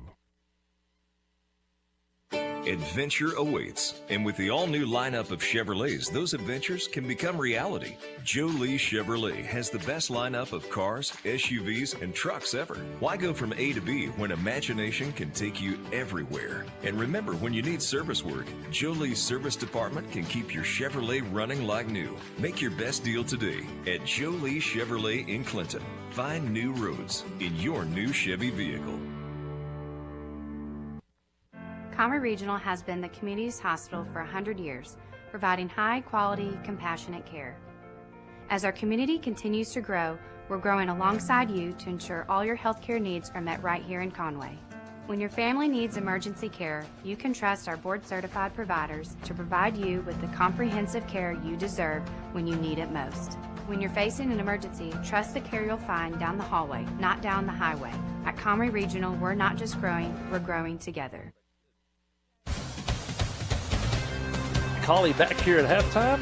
The Yellow Jackets lead in a tough one here, 20-12. We thought it was going to be a shootout. The first quarter, the teams combined for 26 points. Each team scored 2 touchdowns in the first quarter. Chalk to Emerton for 2 of those for the Yellow Jackets, and Mayflower answered both times. But then it kind of slowed down in the second quarter as both teams picked up some penalties. The Yellow Jackets held Mayflower scoreless in the second quarter, and the Jackets scored with under a minute left in the half to head into halftime with a 20-12 lead. We got the Yellow Jacket Sports Network sideline reporter Emily Pilkington with us. She's also double duty now, shooting a lot of pictures also. Talk about the first half, Emily. This game is not over yet, but I think we're doing pretty good. Brody Emberton is doing very good with the 2 touchdowns, isn't it? And then Job Chalk also getting those great looks, handing it off to Bryson Venable, Landon Rose, and especially with Landon. Landon hyperextended his knee in the first quarter, and so they had to let him sit and ice it for 15-20 minutes, and then he was right back out when that timer went off. So I think it's a dogfight, but we're doing good. That's a great thing of having a sideline reporter. We got an injury report there. You know, that's good news that Landon saw him go back in the game in the second quarter, but he has had a great year so far. 3 touchdowns last week. He is showing out this week. Well, not even this week, but this whole season. Yeah, he's had a great season so far. The quarterback for Mayflower also very athletic, 6'2", 180-pound young man, and he's been tough to stop here in the first half. I think that we were not prepared for him. When we went into this game, we thought that we were pretty good chance, and we still do, but I think this was a whole surprise. Yeah, it's a Mayflower team. It's only won 6 games the last 3 years, but they have 9 starters back on offense and 9 on defense. So as long as they stay close, I think it keeps them in the ball game. I think if we could knock them out, they're going to get the ball to start the second half, which I think will be a key series in the ball game. I think if we can skip Mayflower off the field, they'll have the ball start the second half. When you talk about injury report, I also have a sad one. Cash Carpenter has broken or fractured his pelvis. Oh, my gosh. And they said he's out for the season. He has played well, a sophomore offensive lineman, and the offensive line, that was one of the question marks coming in. So now the Yellow Jackets are down one offensive lineman there. Picked up Dawson Burgess this week. He's back. And right when we get one back, we lose another. So they just got the results back an hour ago or so, and he told me. So they don't know if they're going to do surgery, but probably so. But he's out for the season either way. Well, talk about, once again, you had an award-winning week, I think. Hooten's Arkansas Football Photographer of the Week. Got your pictures published by Hooten's Arkansas Football. Yes, sir. So right now I'm going to be able to take pictures for the preseason 2023-2024 season Hooten's magazine. And so when they talked to me, they wanted me to take both sides. So, like, right now when I'm on the field, I'm taking Clinton and Mayflower pictures. So it's kind of, I feel bad because I'm really biased, but I'm really trying to do good pictures, and I hope they work out. Right now I've been Picture of the Week the past few weeks on Twitter, so go follow Hooten's Twitter account and you'll see me on there. Yeah, Hooten's Arkansas Football on Twitter, and you'll see pictures from Emily Pilkington, and pick up a copy of the Van Buren County Democrat every week. You'll see the game story by some guy, but you'll see great pictures from Emily Pilkington. This week, she's got 4 pictures published in the Van Buren County Democrat. Really? And so you want to pick up a paper around town and read about the Yellow Jackets and see the pictures. Well, Emily, we're going to send you down back to the sidelines, but I think we're going to get Stan Smith in here, and he's a member of that 1976 team. That's Emily Pilkington of the Yellow Jacket Sports Network. Hey, do we have Stan? Live radio, Emily. Yeah. Always on the move here as we get Stan Smith in here. Yellow Jacket band on the field right now. They're brand new uniforms, black pants and black and gold shirts, tops with those traditional band hats for the plume on top. Stan Smith's over there and put those on. Stan's always around the football field here, and also teaches up in the junior high. But Stan was quite a player in his day, and they were honored tonight. Man, what a great crowd, and they were really glad to see the 1976 Yellow Jackets. Well, it was good to see everybody, but most of us wideouts in backfield, we look like the linemen now. Well, I tell people, if you played sports, it may have been 40 years ago, but it's just like it was a day, just like yesterday. Everybody remembers those things and those friendships and all that, and that probably goes even farther than the victories. Yeah, and things just pop into your head. They tell us to get off the field. All I hear is Coach Glover saying, "Run, boys, we'll walk tomorrow." He's referring to Marion Glover, who's his only year at Clinton. He wins the conference championship. They go 8-1-1 in the regular season. He went on to Pine Bluff and won 5 state championships and a member of the Arkansas Coaches Hall of Fame back. I think he was inducted in 2011. What was it like playing for a young Coach Glover? By the way, Coach Glover got to the arena and he's 80, and I was kind of scared. Yeah, he was pretty straight-laced. We didn't have a fancy offense or defense. It was just, if you know how to tackle, you know how to do all the basics, then you were successful. As they always say, the fundamentals win. That's right. And I imagine you guys were probably physical and tough playing for Coach Glover. Yep. Talk about the season. I mean, it's been a successful era, the late 60s through 77, 78. The Yellow Jacket football had been very successful. We were 7-2 the year before, and then 8-1-1, and then they played good the year after us. They beat Heber. We were really thrilled because we kept losing to Heber. We'd beat Greenbrier and lose to Heber, and we'd end up tying for the conference. And those were fierce rivalries even then. Yeah. Yeah, you guys, the seniors, I believe y'all were part of 3 conference championships. You shared some of them, but you were part of 3. That didn't happen again for 40 years until 2016, 17, and 18. So that was quite a record to hold. We were just having fun. It was a great year. We mentioned the baseball team went to the Final Four. They might have been the best small school team in the state because there's only 2 classifications, and they lose to Texarkana, Arkansas in the semifinals, who goes on to win it. And your track team was good too. Yeah, we had a pretty good track team. That ball team, a lot of them ended up playing in college. They were good players.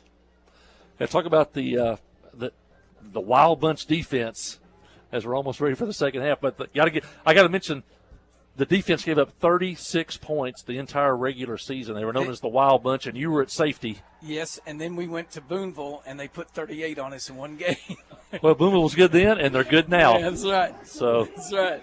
Well, it has been a great night, a huge crowd tonight to see you guys, and a standing ovation. Yeah. The people that weren't here, you missed out. So you guys were definitely not forgotten. And well, there's a lot of character on that team, and you can see by what these guys have done with their life after they got out of high school. It's good to catch up with all of them. And Mr. Stan also influenced a lot of kids up in junior high, and we're glad to have him on the Clinton faculty here. And so, but yeah, it was a great night, and to honor the 1976 Yellow Jackets. Well, I might let him go. He's got more work to do. Yeah. Me and Jeff got some work to do, and we hope the Yellow Jackets have some work left to do here. That was Stan Smith, part of the 1976 Clinton Yellow Jackets. Jeff Hall, let's take a quick break. Kelsey, we got time for a 1-minute commercial break, and we'll bring it back to start the second half. Listen to Yellow Jacket football on Q92. Steve Good at Goods Cash Saver says you can learn a lot about life by playing sports. You may never be the biggest or the fastest, but you can always try to be the very best and give 100%. And that's what they do every day at Goods Cash Saver. Even though they don't have the biggest building, they try to have every item that you might need in groceries. They also overachieve every day in their meat department. So when you're looking for a place to shop, give Goods Cash Saver a try. A supermarket that cares about you and your community and says, go Yellow Jackets.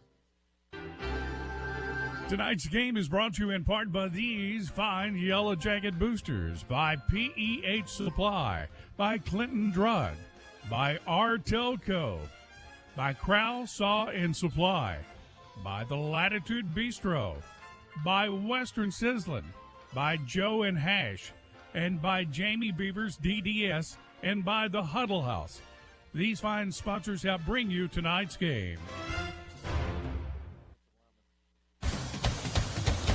And we're back here at Jim Tumleson Field. Got good news and some bad news. Landon Rose, as we got a report from Emily Pilkington, hyperextended his knee, but he's back playing. But bad news on great sophomore player Cash Carpenter.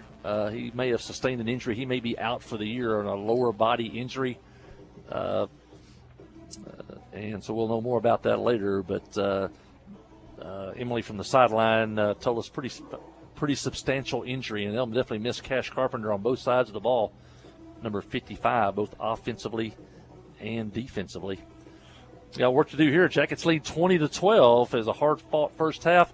26 points scored in the first quarter by both teams combined, and only one score in the second quarter, and we stand at 20-12. And Mayflower is going to get the ball first to start the second half. And I was telling Emily, this first possession of the game may be one of the key possessions of the ball game. If the Yellow Jackets can get them off the field, you definitely want a two-possession lead in a game like this with athletes from Mayflower.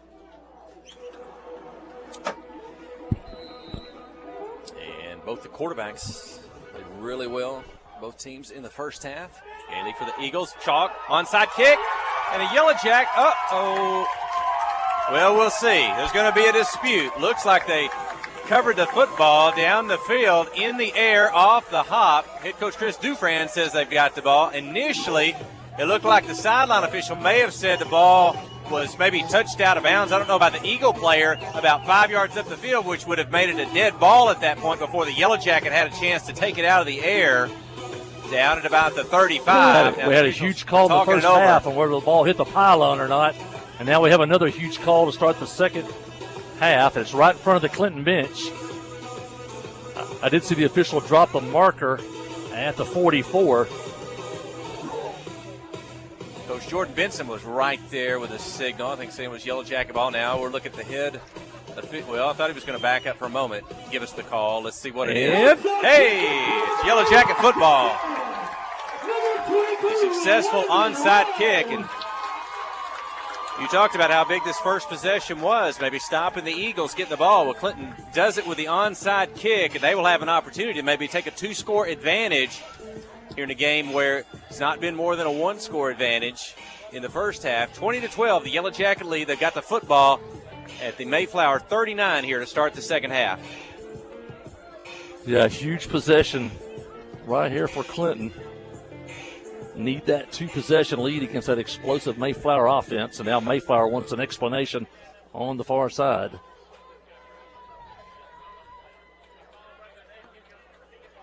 There's a long way from the Mayflower here on the Yellow Jackets sidelines. Probably would have been hard for them to see what happened, but here's the explanation, the call, and Job Chalk, again, very efficient first half. I think he was 6 for 7. Was it 130 yards or so through the air? Had a touchdown on the ground himself.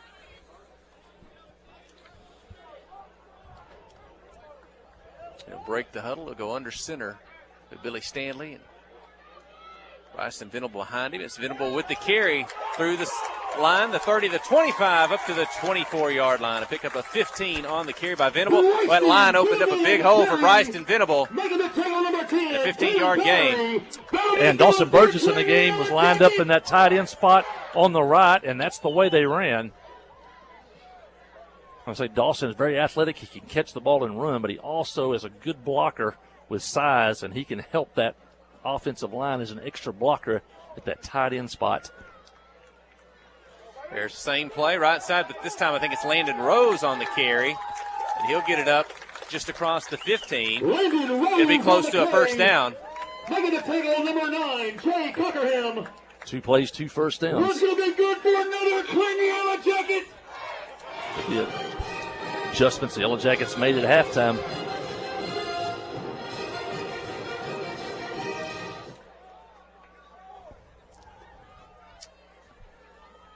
Now at the 14, give offense to Venable. This time looks to be a pickup of 3 on the right side to the 11-yard line. Making the stop for the Eagles. Everything so far going to the right, where the Yellow Jackets have a wing and a tight end on the right side.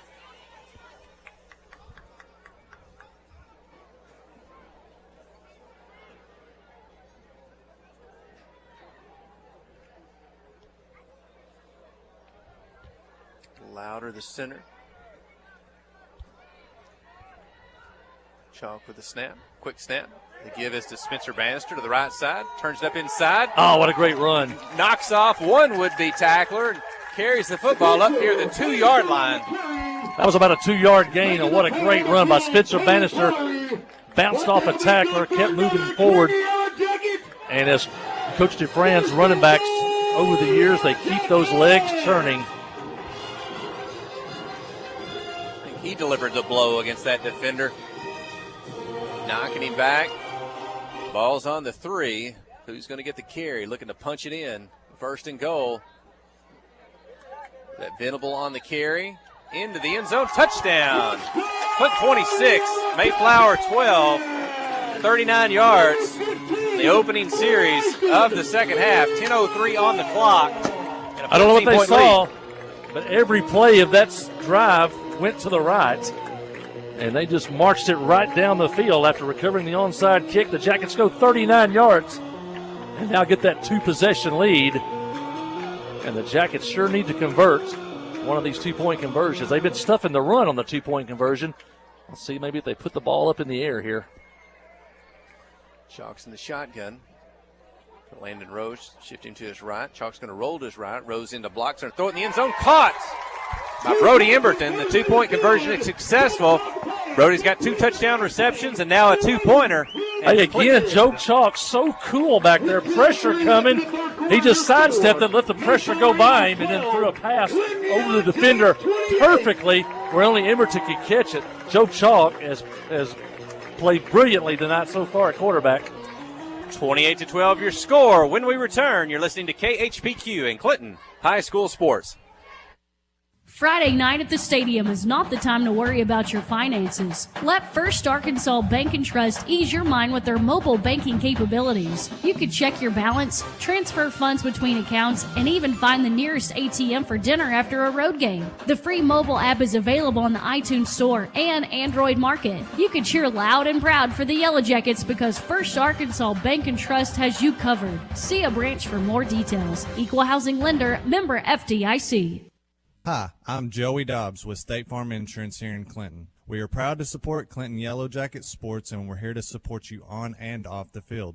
For surprisingly great rates on auto, home, life, and supplemental health insurance, stop by today. We're located just off of Highway 65 before the Little Red River next to H&R Block. Give us a call at 745-6323 or visit our website at calljoeydobbs.com. Like a good neighbor, State Farm is there. Well, you can ask for anything better to start the second half. Jackets recover the onside kick, drive 39 yards for the touchdown, and chalk to Emberton one more time tonight on the 2-point conversion. The Jackets lead 28-12. Noah Gailey back at the quarterback spot. He was big for the Eagles in the first half. He's going to have the first carry of the second half. He's going to up the middle, break it out to the right side. First down, 45-40. Driven out of bounds by Zane Widener, but not before he gains the Yellow Jacket 39-yard line. That's a pickup of about 21 on the carry. You got to hold your breath every time he gets into open field. He is that elusive, and he can run 6'2", 180.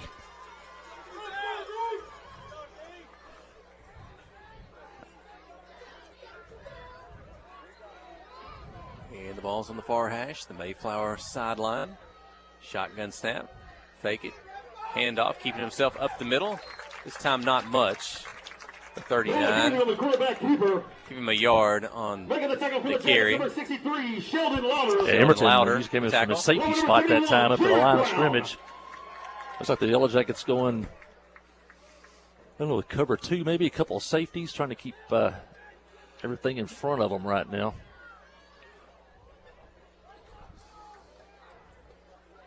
Landon Rose down in a defensive end spot.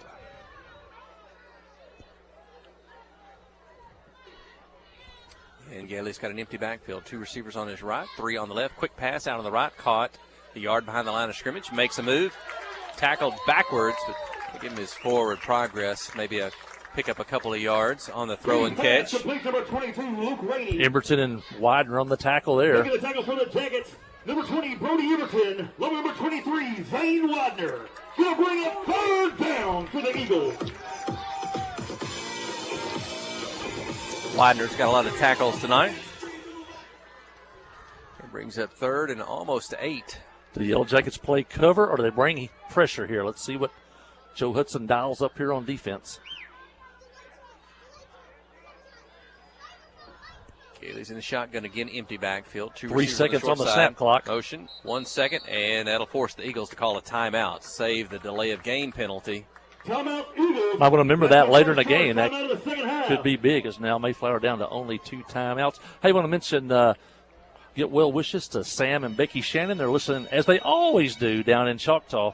And no greater Yellow Jacket fans. And Mr. Sam and Miss Becky, thanks for listening tonight and watching on the live stream. So, and I think the Hendersons out in Arizona are going to be watching tonight. That's Nona and Jim listening tonight in Arizona. And we're glad to bring the ball game to you tonight, and hopefully bring you a Yellow Jacket victory. Great crowd tonight. I was going to mention, huge crowd, a lot of students, and they really appreciated the 1976 team. They gave them a standing ovation at halftime. And somebody told me a lot of these, especially the grandparents in the crowd, that is their generation that was out there on the field.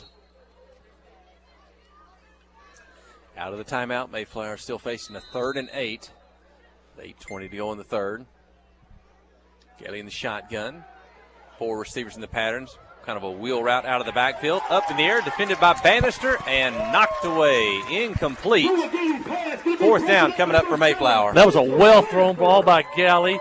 Robinson on a go route down the sideline. Single coverage, and great coverage by Spencer Bannister as he got a hand in there in the last second to knock it away. And it's going to bring up a huge 4th down and 8 for Mayflower.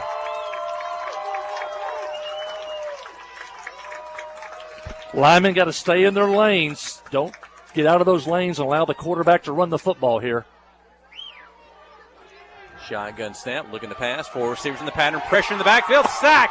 He goes down behind the line of scrimmage, and the ball's going to go over on downs to the Yellow Jackets at the Mayflower 44-yard line. Landon Rose beat his man on the corner, made the pocket collapse, and Galley couldn't get out of there quick enough, and the Jackets get the stop they needed. And now get back on offense.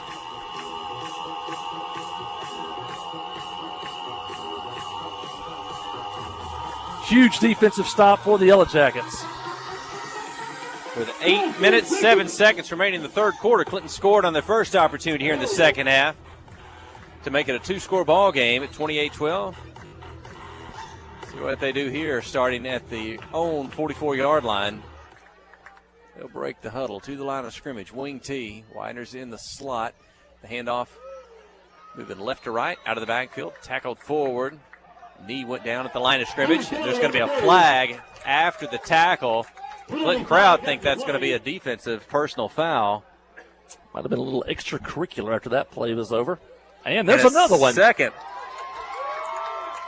And that's going to be back-to-back personal foul. That must have been something said as the official looks at an eagle kind of walking backward. We have 2 penalties on the play. I think there was a little extra shove, a kick, or something on the tackle. And then the Mayflower players couldn't get him away from the referees quick enough before somebody said something, and a second flag came in. Personal foul. Called against the Eagles. Let's see if we get the second one. There it is. Personal foul. It's personal conduct. Called against the Eagles.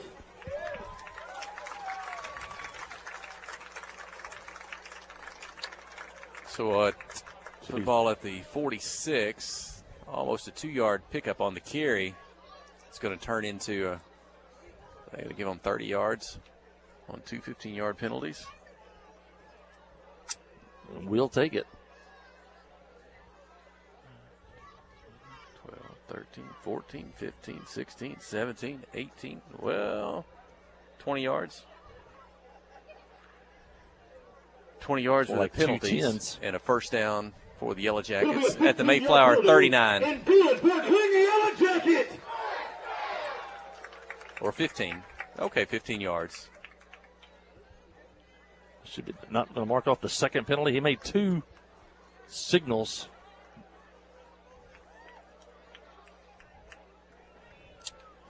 Head coach Chris Dufran calls the official over to the sideline for an explanation. I think her referee said something about a dead ball. The immediate penalty came on the tackle shortly after the tackle was made. The second one came a few seconds later as they tried to get a player away.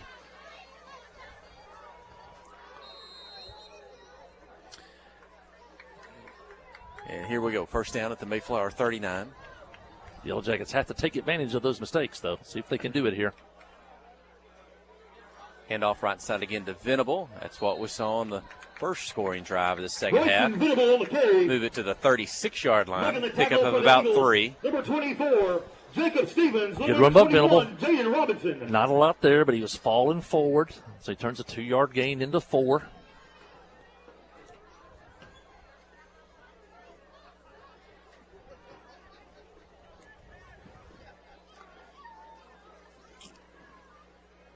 That first drive, everything went to the right. And again, out of the slot to the right, it's Widener. Makes a move, 30, 25, 20. They'll tackle him from behind, but not before Zane Widener gets to the just short of the 15-yard line. And a pickup of 20 on the carry. Once again to the right side. Widener coming off the wing. Trap block in the middle.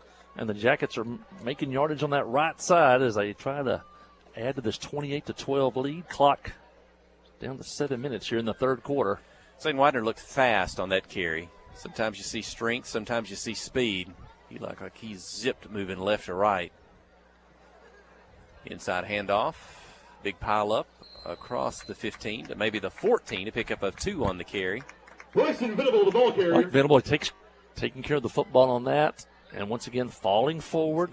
Tackle made by number 50, Bill Seppi. Gets you about 3 yards on first down. We talk about it all the time in the wing tee.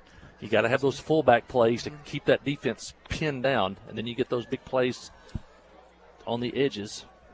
And Clinton's quickly going to get on the ball, ready to snap as soon as the official has it ready. This time it's Widener again out of the slot, left to right. Over a defender, into the end zone, touchdown. Zane Widener 14 yards, and it's Clinton 34, Mayflower 12. Widener bounced off the defender at the 10, cut back to the left, and really didn't have a whole lot of running space and was able to angle back to the right for the touchdown. A great run by the junior, Zane Widener, and the Jackets have scored 3 straight touchdowns since Mayflower scored at the very end of the first quarter. And the Jackets now lead 34-12. We're looking to add the 2.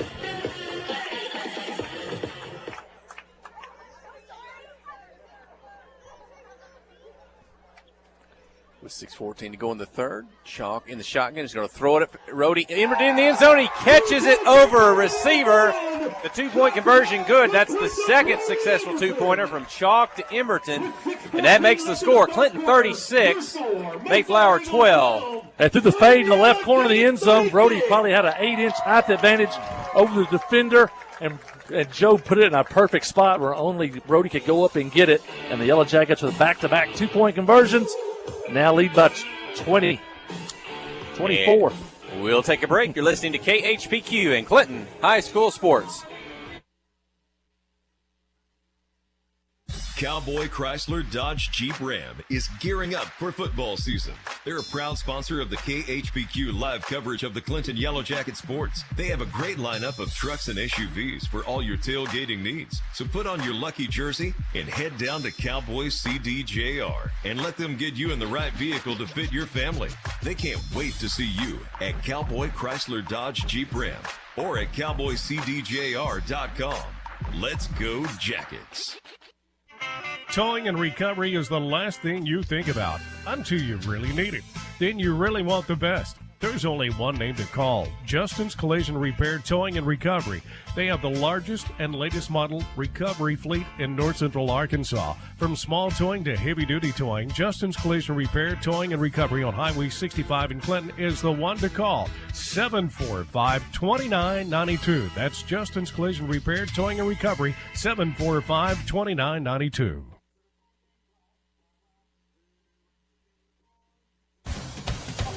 Well, after the Jackets drive 56 yards, a touchdown capped off by Zane Widener's 14-yard run and Chalk's 2-point conversion pass to Emerton. The Jackets now lead 36-12, biggest lead of the game for the Yellow Jackets. 6:05 left in the third. Mayflower has the football. 2 touchdowns midway through the third quarter for Clinton. Gailey, the quarterback for the Eagles, fakes to the left. Now he's going to run up the middle. Pick up a yard or 2 to the 49.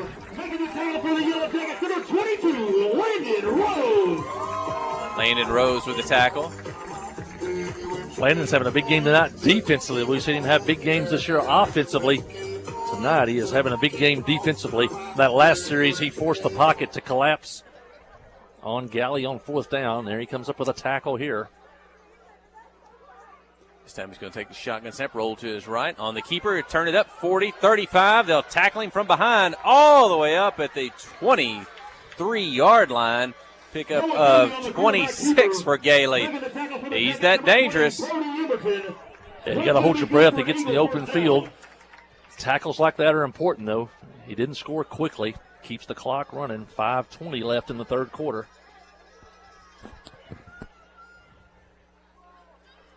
And they're back to the line of scrimmage. This time Gailey fakes handoff. Again, keeps himself. Gets to the right side. Tries to break it out. Turns it up. Positive yardage. And let's see. Looks to be at about the 16, 17-yard line. Spencer Bannister with the tackle. Pickup of 7 on the carry. 2nd down and 3. Mayflower doesn't huddle. They get the signal from the sideline.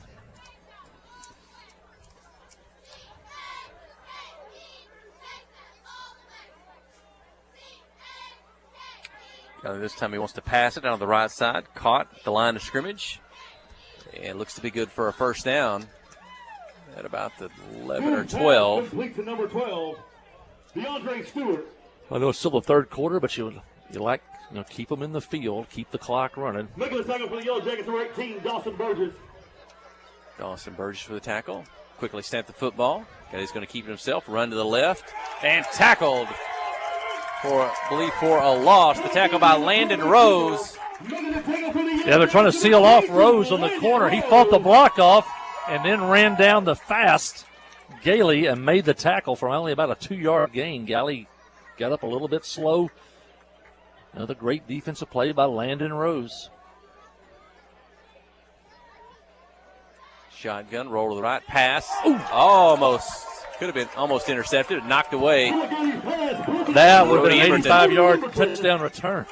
Brody would have picked that off because there was nothing but green in front of him and just out of the fingertips of Brody Emberton. Bring up third down for the Eagles. 3rd down and 12 for Mayflower. They're at the Yellow Jacket 13-yard line. Ball in the near hash, the home side below us. 2 plays to score, or they can pick up a first down. Pass on the left side. A lot of traffic, though. And maybe the 14. They might have lost a yard. It's 4th and 13.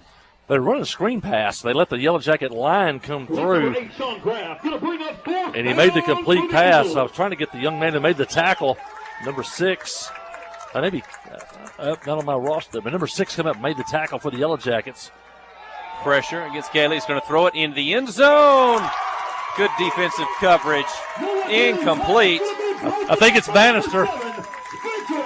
What a great play. Yellow Jackets brought the pressure. Gailey sidestepped it. And I think it is Spencer Bannister with a diving knockdown in the back of the end zone. And the Yellow Jacket defense has held. And what a great defensive stop. What a great defensive series, really, since the end of the first quarter. Mayflower, it looked like they couldn't be stopped the first 2 possessions, and they have not scored since the end of the first quarter. And I told Jeff during the break, I think we're starting to see what we see a lot of times from these teams that play the spread. They don't want to tackle us anymore on defense. They've had enough, and we'll see what happens on this drive. 2 touchdowns thus far for the Yellow Jackets in the second half. Hand off to the right side, turn it back up in the middle. A lot of traffic for Billy Stanley. And he'll get the ball to the 18-yard line, a pickup of 4. There was some of those plays, in the first quarter, first 16 minutes of the game. We didn't get much between the tackles, just maybe a yard or 2. Now those plays were now like, he got 4 yards there on first down, that those were 1 and 2 yards in that first quarter. But we see a lot of times that, teams they don't want to tackle us anymore. It's physical and it's punishing. Charles goes under, raises up, looks to the sideline. 6 seconds on the play clock. There's the snap. Handoff, right side. I think that's Landon Rose on the carry. Across the 25 up to the 27-yard line, a pickup of 9. And the Yellow Jacket first down. And continue to pound the right side of the offensive line. The Yellow Jackets have made a living here in the second half on that right side of the line.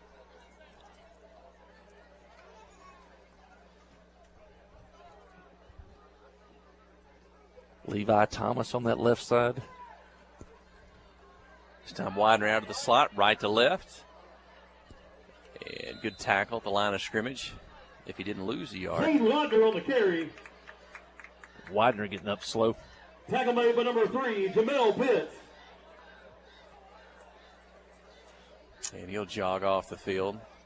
And that right arm does not look good right now, that right shoulder. Already a major injury tonight to Cash Carpenter.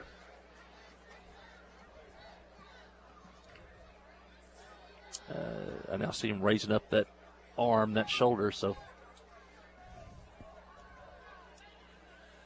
And a snap on the right side up to the 34, Landon Rose. Landon Rose on the carry.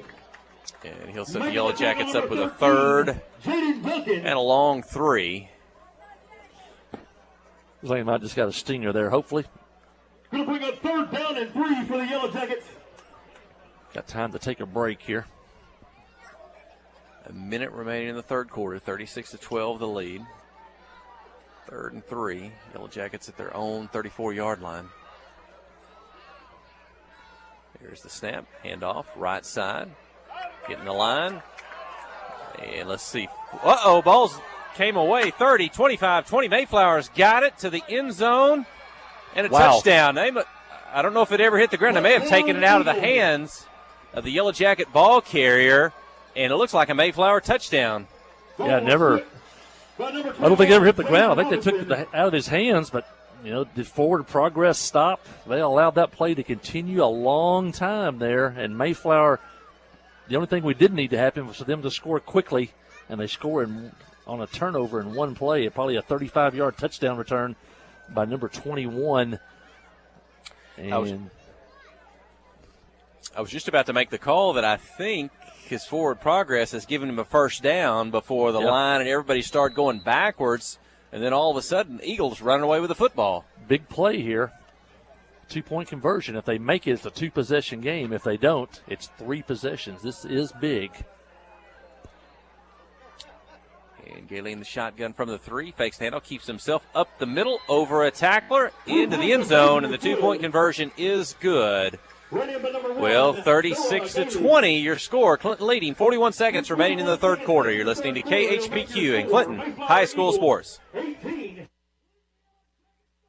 Friday night at the stadium is not the time to worry about your finances. Let First Arkansas Bank and Trust ease your mind with their mobile banking capabilities. You can check your balance, transfer funds between accounts, and even find the nearest ATM for dinner after a road game. The free mobile app is available on the iTunes Store and Android Market. You can cheer loud and proud for the Yellow Jackets because First Arkansas Bank and Trust has you covered. See a branch for more details. Equal housing lender, member FDIC. The Blagg Law Firm is a proud supporter of Clinton High School Yellow Jacket sports. When you need an attorney, call the Blagg Law Firm.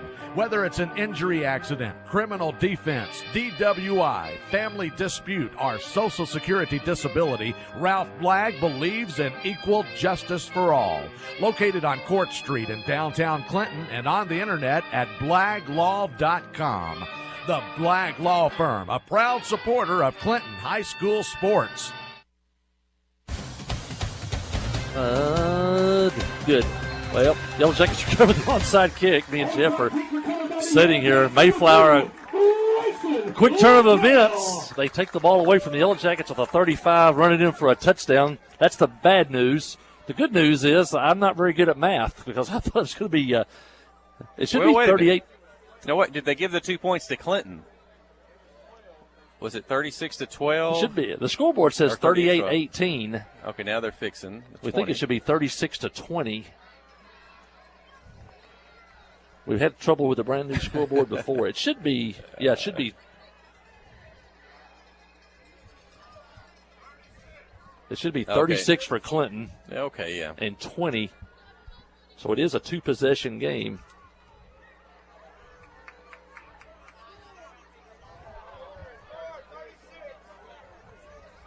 36 seconds left here in the third quarter. That turnover now for each team. Yellow Jackets recovered an onside kick. The score is 36-20. 36-20. Yellow Jackets and lead. the Yellow Jackets turned it over to Mayflower. With 41 seconds left back on the clock. There'll be 41 seconds on the clock in the third quarter. And I'm trying to scan the sidelines.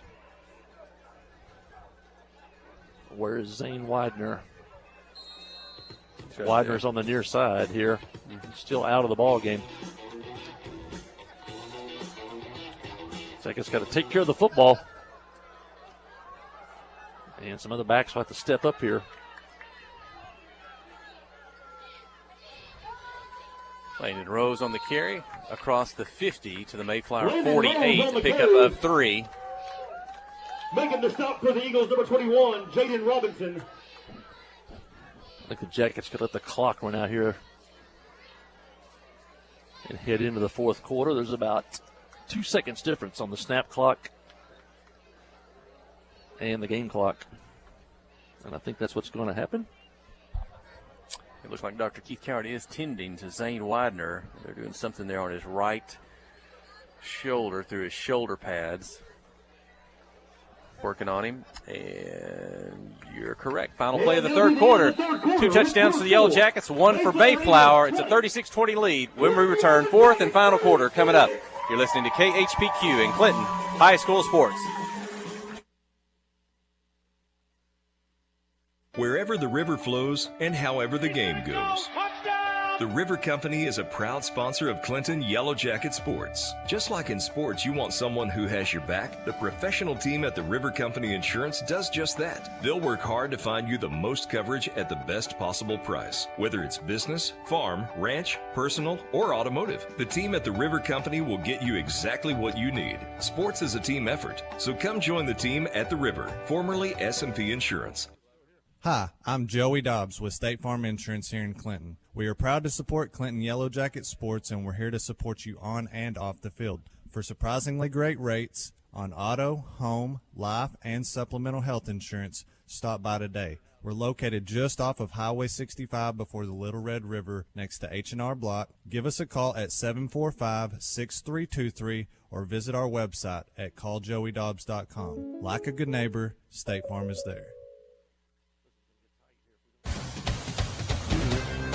And we headed it back to the fourth quarter.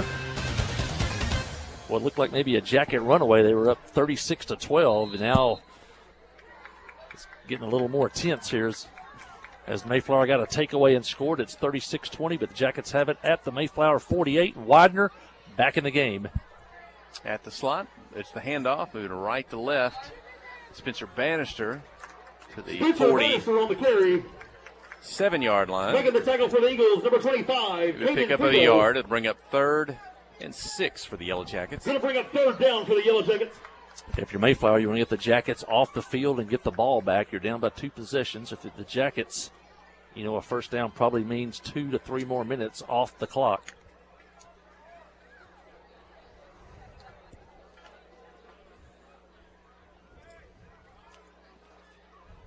Looking down the line of scrimmage. Our vantage point here in the press box. Chalk under center low. Fakes the handoff. It's going to pass. Oh, and it's knocked away. Good defensive move. Oh, they're going to say it was a fumble. Knocked away. And a touchdown saving tackle at the 15 by Spencer Bannister. Chalk, they're going to say it was in his throwing motion. The ball got knocked in the air, so maybe his arm not coming forward yet. And the call looks to be a fumble. Mayflower football. Got an Eagle shaken up. Joe Chalk was slow to get up, but he's walked off to the sideline. Yeah, no fault to Joe Chalk there. That was just a kind of got hit from the blind side by a Mayflower defender. Ball popped loose before his arm came forward. And Mayflower opportunistic to pick it up. And luckily for Spencer Bannister, at least to make a tackle at the 15-yard line. Or it would have been back-to-back turnover returns for Mayflower. We still got a ball game, folks. Jackets up 36-20 with 11:10 left. Giving new life, I think, back to Mayflower, that takeaway a while ago when the Jackets were up 36-12 and looked like they were fixing to pound them. 2 backs in the backfield tonight for the first time. Now they put 1 in motion. Robinson.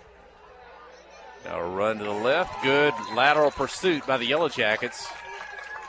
Jamel Pitts on the carry. And short gain, maybe 3 on the carry. 2nd down and 7.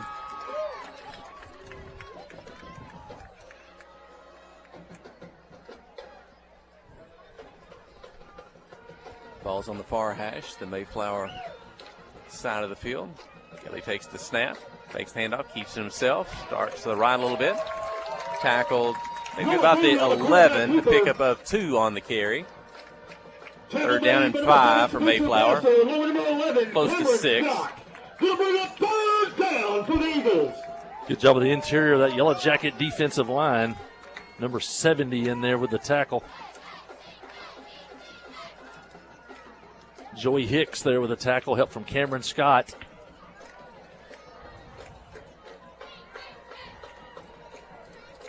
In motion from left to right. Fakes the handoff. Gailey himself up the middle. Upended. Ball came loose. Clinton says they've got it. Looking for the signal. And it's Yellow Jacket football. Mayflower hands it over at the 10-yard Galley line. kept the ball going up the middle like he has been. And he got hit and got airborne and got hit again and it was spinning. And I think the ball flew out. And, man, if we go back and win this game, you got to remember Spencer Bannister tackling the fumble recovery, the return at the 15-yard line. They could have easily got a touchdown, and And the Yellow Jacket defense gets the stop they needed on the turnover. But remember, Spencer Bannister hustling to make that tackle, just like Brody Emerton did in the first half. Hustling down, looked like a sure touchdown, but able to make the tackle. Handoff left side. Big pile up at the line of scrimmage. Not much room to run there. Maybe a yard or two. Billy Stanley on the carry. 11. Billy Stanley on the carry. Making the tackle number 11, Jamar Anderson. Clinton with their worst field position of the night, but they'll take it just as long as they have the football. And the clock now winds under 10 minutes. I think Joey Hicks for that recovery. He just made a tackle on the play before and comes up with a big recovery there.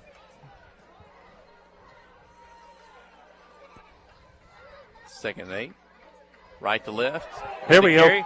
Widener again showing speed. He's upended, but not before he picks up a first down across the 20, maybe close to the 22-yard line. And that was a touchdown-saving tackle for Mayflower.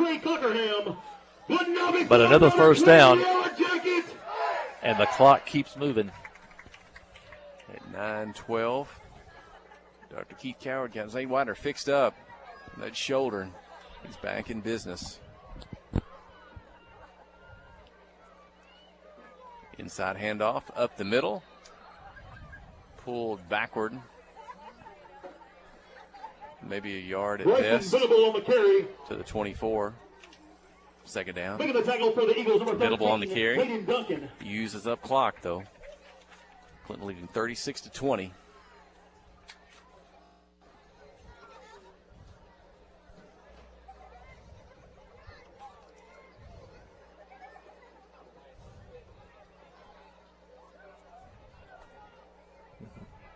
Wing T, Emerton split wide left. Dropped the handoff in the backfield, covered back at the 18. Fumble on the play, recovered by the Yellow Jackets. Number 20. And Widener's able to cover the football, but there'll be a loss of about 6 on that play and bring up 3rd and 14. Going to bring up 3rd down for the Yellow Jackets. Got a player going right, player going left. The ball gets dropped in the backfield. Clock down under 8 minutes.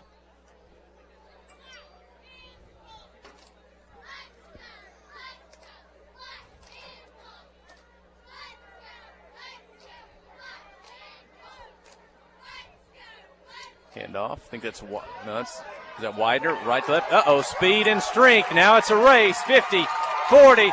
They may not catch him. 30, 20, 10, 5. Touchdown, Zane Widener. 82 yards. Nothing fancy. Trap play from right to left. And there was no touchdown-saving tackle this time as he ran away from 2 Mayflower safeties. And that might have been the knockout punch for the Yellow Jackets. Widener goes 82 yards for the touchdown. The Jackets drive 91 yards for the touchdown.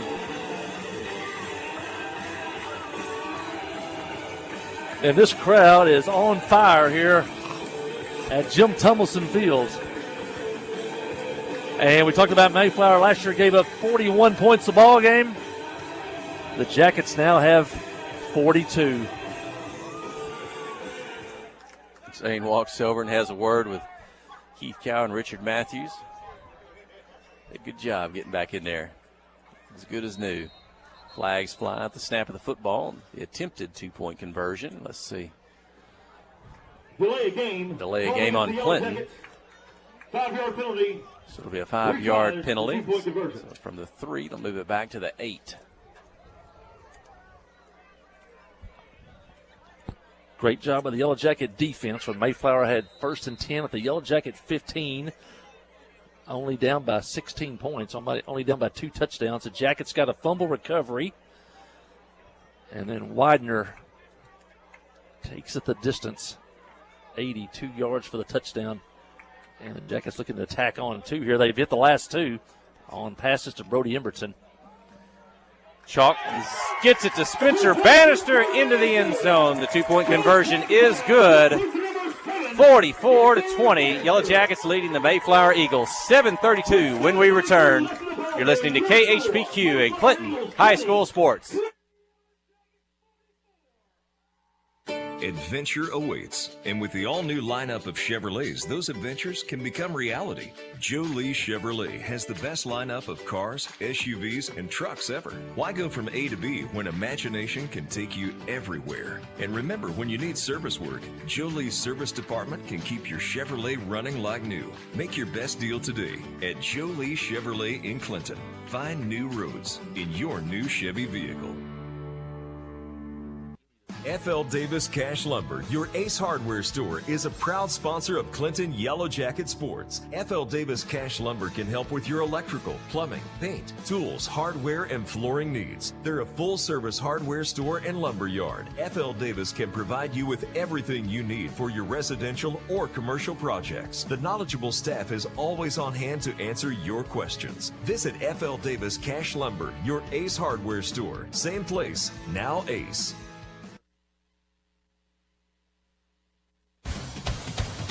Well, the Yellow Jacket defense gets the stop they needed, and Zane Widener turned it into points. He almost broke it a couple of plays before that, and then he goes 82 for the touchdown. Steven Martinez kicks it down the field, fielded at the 26, over the shoulder, tripped up, and a go down there. Looks at about the 26-yard line. Mayflower will have it with 7:27 remaining in the contest. Now, defensively, you don't want to give up a quick score. Everything in front of you. Receivers, defensive backs, you can give a little bit of cushion if you want to and then come up and make a tackle. But the clock at 7:27. Mayflower, we mentioned that they had to take a timeout early in the third quarter. They only have 2 timeouts left. Jackets leading by 24. They scored 57 last week on Little Rock Hall. They got 44 tonight. And held Mayflower really to the only one score since the end of the first quarter, and that came actually on a defensive score as they stripped the ball away and ran it back for a touchdown. Gailey, pressure. He's going to throw it down the field. Intercepted at the 48. Stays on his feet. Billy down Stanley. The field, 30. Tackled out of bounds at about the 27. Pretty pass. Just about a yard or two too short of his intended receiver, and Stanley makes a nice play on the ball. I was going to mention that. He was trying to throw deep. The Yellow Jackets got pressure, and he had to throw it off his back foot. As Jeff said, it was about a yard or two short, and Billy Stanley, playing like a center fielder, made the catch and got back upfield to the 26. And the Yellow Jackets, I think, are going to be able to celebrate tonight.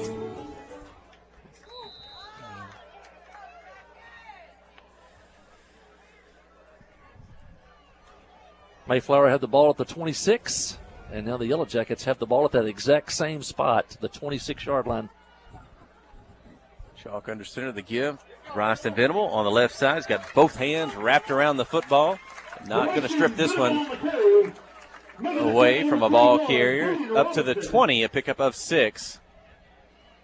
And now that Mayflower defense has been out there a long time, even their one score, they scored so quickly, they were right back out on the field after that fumble return. And the Yellow Jackets have been leaning on them pretty hard here in the second half. Jackets not really much, anything very fancy in the second half, just line up and run it right at you. It's going to be some good numbers at the end of this one. We'll talk to Coach Matthew Post. Handoff, left side, across the 15, up to the 14. Should be good for a first down. Numbers through the air and on the ground tonight. Going to be a big offensive total for the Yellow Jackets. And they may total 50-plus points again in back-to-back weeks if they get a score here. I see Cash Carpenter back down on the sideline in shorts. Zane Widener out on this series. The Yellow Jackets with a 24-point lead. Be good maybe to get him out of the game after he got banged up just a little bit earlier, but he did come back in and run for 82 yards and a touchdown. Handoff, Venable on the right side. Wrapped up quickly. No gain on the carry. Second down and 10. And Brayson Littell in the game, the sophomore, number 2 in that backfield for the Yellow Jackets.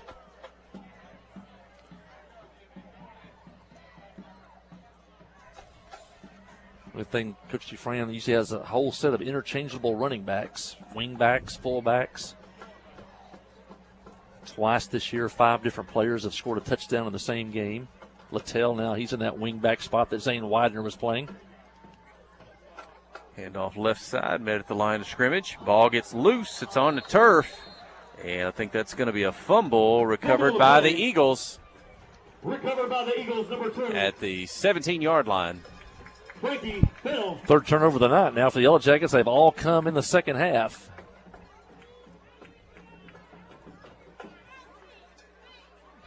Doesn't happen a lot. And the 2 fumbles have actually been, in the pile and then ripped out of the ball carrier's hands. Once again, Yellow Jacket defense. You're playing like a center fielder. Keep everything in front of you. 5 defensive backs, 5 receivers. Quick pass out on the left side. Gets a block. It's on the sideline. Up to the 25-yard line. I think Joe Hudson and Jesse Wilson, he works for the secondary. Joe Hudson, defensive coordinator. If you want to dink and dunk the football, go ahead. Just keep that clock running now down under 5 minutes. If you just want to take the short stuff, go ahead. Stayed in bounds, so the clock does run. Fakes handoff. Gator's going to keep it himself up the middle.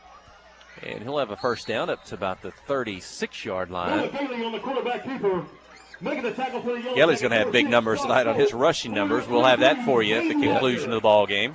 Hey, Mayflower's got a much improved ball club. Like I said, they've won 6 games over the last 3 years, and that was in Class 3A. They've got some players on the field that can play, and they're going to win. I'm pretty sure they're going to win some conference games before this one's over, before this season's over. Handoff. Left to right, in motion. Fights his way back to the middle of the field, up to the 42.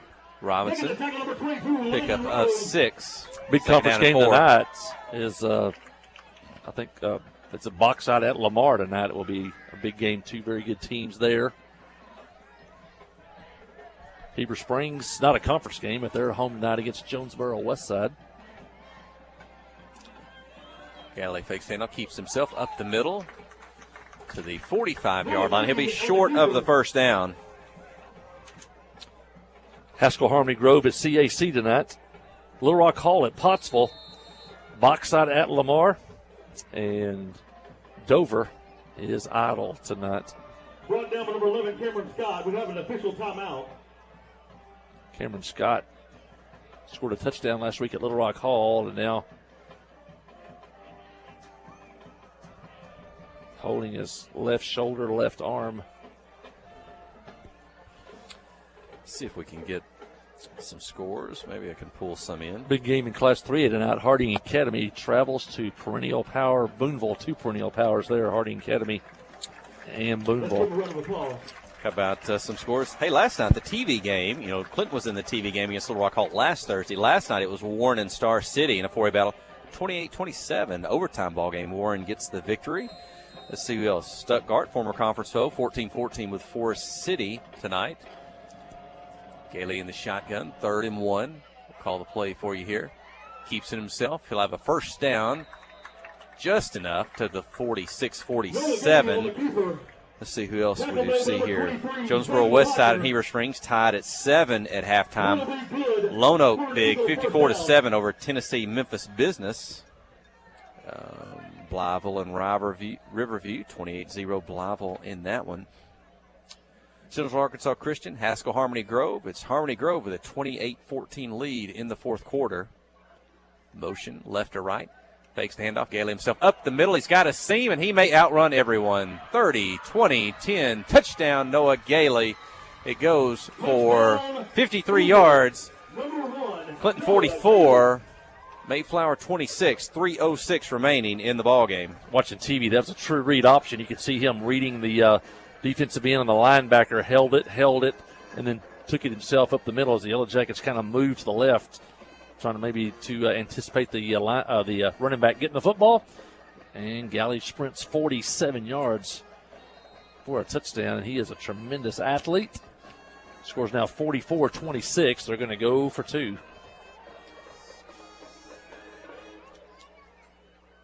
A snap from the 3. Galley this time gives the handoff, and we stopped short of the end zone. 2-point conversion fails. It's Clinton 44, Mayflower 26. 3 minutes, 6 seconds when we return. You're listening to KHPQ and Clinton High School Sports. Friday night at the stadium is not the time to worry about your finances. Let First Arkansas Bank and Trust ease your mind with their mobile banking capabilities. You can check your balance, transfer funds between accounts, and even find the nearest ATM for dinner after a road game. The free mobile app is available on the iTunes Store and Android Market. You can cheer loud and proud for the Yellow Jackets because First Arkansas Bank and Trust has you covered. See a branch for more details. Equal Housing Lender, member FDIC. Cowboy Chrysler Dodge Jeep Ram is gearing up for football season. They're a proud sponsor of the KHPQ live coverage of the Clinton Yellow Jacket sports. They have a great lineup of trucks and SUVs for all your tailgating needs. So put on your lucky jersey and head down to Cowboy CDJR and let them get you in the right vehicle to fit your family. They can't wait to see you at Cowboy Chrysler Dodge Jeep Ram or at cowboycdjr.com. Let's go Jackets.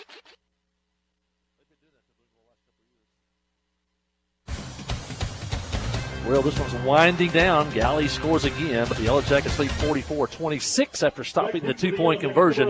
And now a must recovery here on a sure onside kick by Mayflower. Bounds across the 50, but covered there by the Yellow Jackets at the 48. So Clinton will have it for an offensive set with 3:06 remaining in the ball game. Clinton with 3 timeouts. And Mayflower with 2. Good job by Josh Fultz. I believe they're on the recovery for the Yellow Jackets on the onside kick. And now the Jackets, probably the first down, can run the clock out here. But feeling good. Yellow Jackets, it seems like Galley's been running all over the field. But I was telling Jeff during the break, they got 2 touchdowns in the first quarter. And then got that fumble recovery. That's really the only touchdown from scrimmage they've had since the first quarter. Inside handoff across the 50 to the Mayflower 48. A pickup of 4. Second down, just hanging on to the football, running the clock. Tackle was made by number 13, Jaden Duncan. Jackets with a win here will be 4-0 for the first time since 2019. The 2019 team lost the following week here at Jim Tomlinson Field in a great game against Harding Academy. I think it was 57-44. It was a shootout here at Jim Tomlinson Field. The Yellow Jackets the year before had gone down and just dominated the Wildcats in Searcy. And penalty. An offensive penalty against the Yellow Jackets. False start against the Yellow Jackets. 5-yard penalty, replay, second down. I think they're going to go to the line of scrimmage and go on first sound and just a quarterback sneak trying to catch Mayflower flat-footed. But offensive tackle here on the near side, he actually got a head start before the first sound. I see Dennis Lovin down to the front row there. He's part of that 1976 Yellow Jacket team.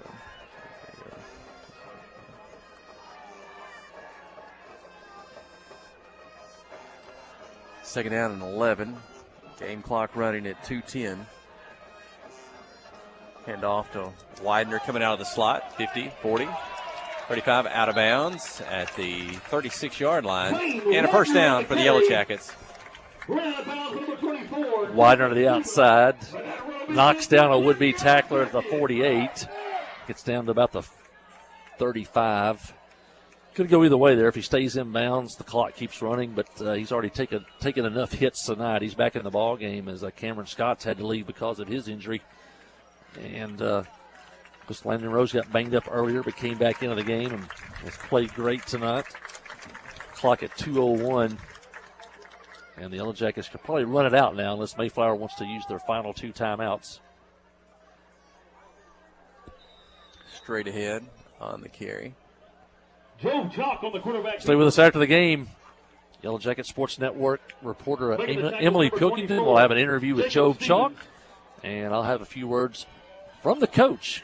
Coach DeFran going to pick up win number 137 tonight for head coach Chris DeFran, the winningest coach in Clinton football history. And he's number 18, I believe, on the active coaching list in Arkansas right now. Of all active coaches, he's the 18th winningest coach out of about 190 schools playing football in Arkansas. They'll take a knee to keep the clock running with 1:15 to go. And I think Mayflower is going to let this clock run down. They do have 2 timeouts left. May have to snap it one more time. It'll be right at 40 seconds maybe. So great crowd, great performance tonight by Nathan Andrews' Yellow Jacket Band and their brand new uniforms. Hey, I want to mention, too, before we get out of here, thanks to the community, we sold over 600 steaks on the stakeout, the largest number ever for the Yellow Jacket stakeout. And I want to thank Cash Saver and the community of Clinton for coming through one more time for Yellow Jacket Athletics. Coach Hawk going to take a knee. And that could just about do it. I want to mention the Yellow Jackets let the clock run down. I see Jimbo Oath down there, one of the all-state player on the 76 team. He came, Jeff Hall, dressed in his jersey, and it still fits from 1976. I think he said there was extra room there maybe for shoulder pads, but Jimbo's here and Patty, and they're every Yellow Jacket athletic event. Let's see. They may snap it one more time. We'll see. Oh, there it is. The final snap. Joe Chalk with the football, and that'll do it. Clinton 44, Mayflower 26. Second conference victory of the season. Clinton improves their overall record to 4 wins, no losses, as they'll line up and walk across the 50, shake hands with the Eagles. They've been the crowds loved it. The students have loved it. Huge crowd out from the community, and the 1976 team. They got a show to put on tonight by the Yellow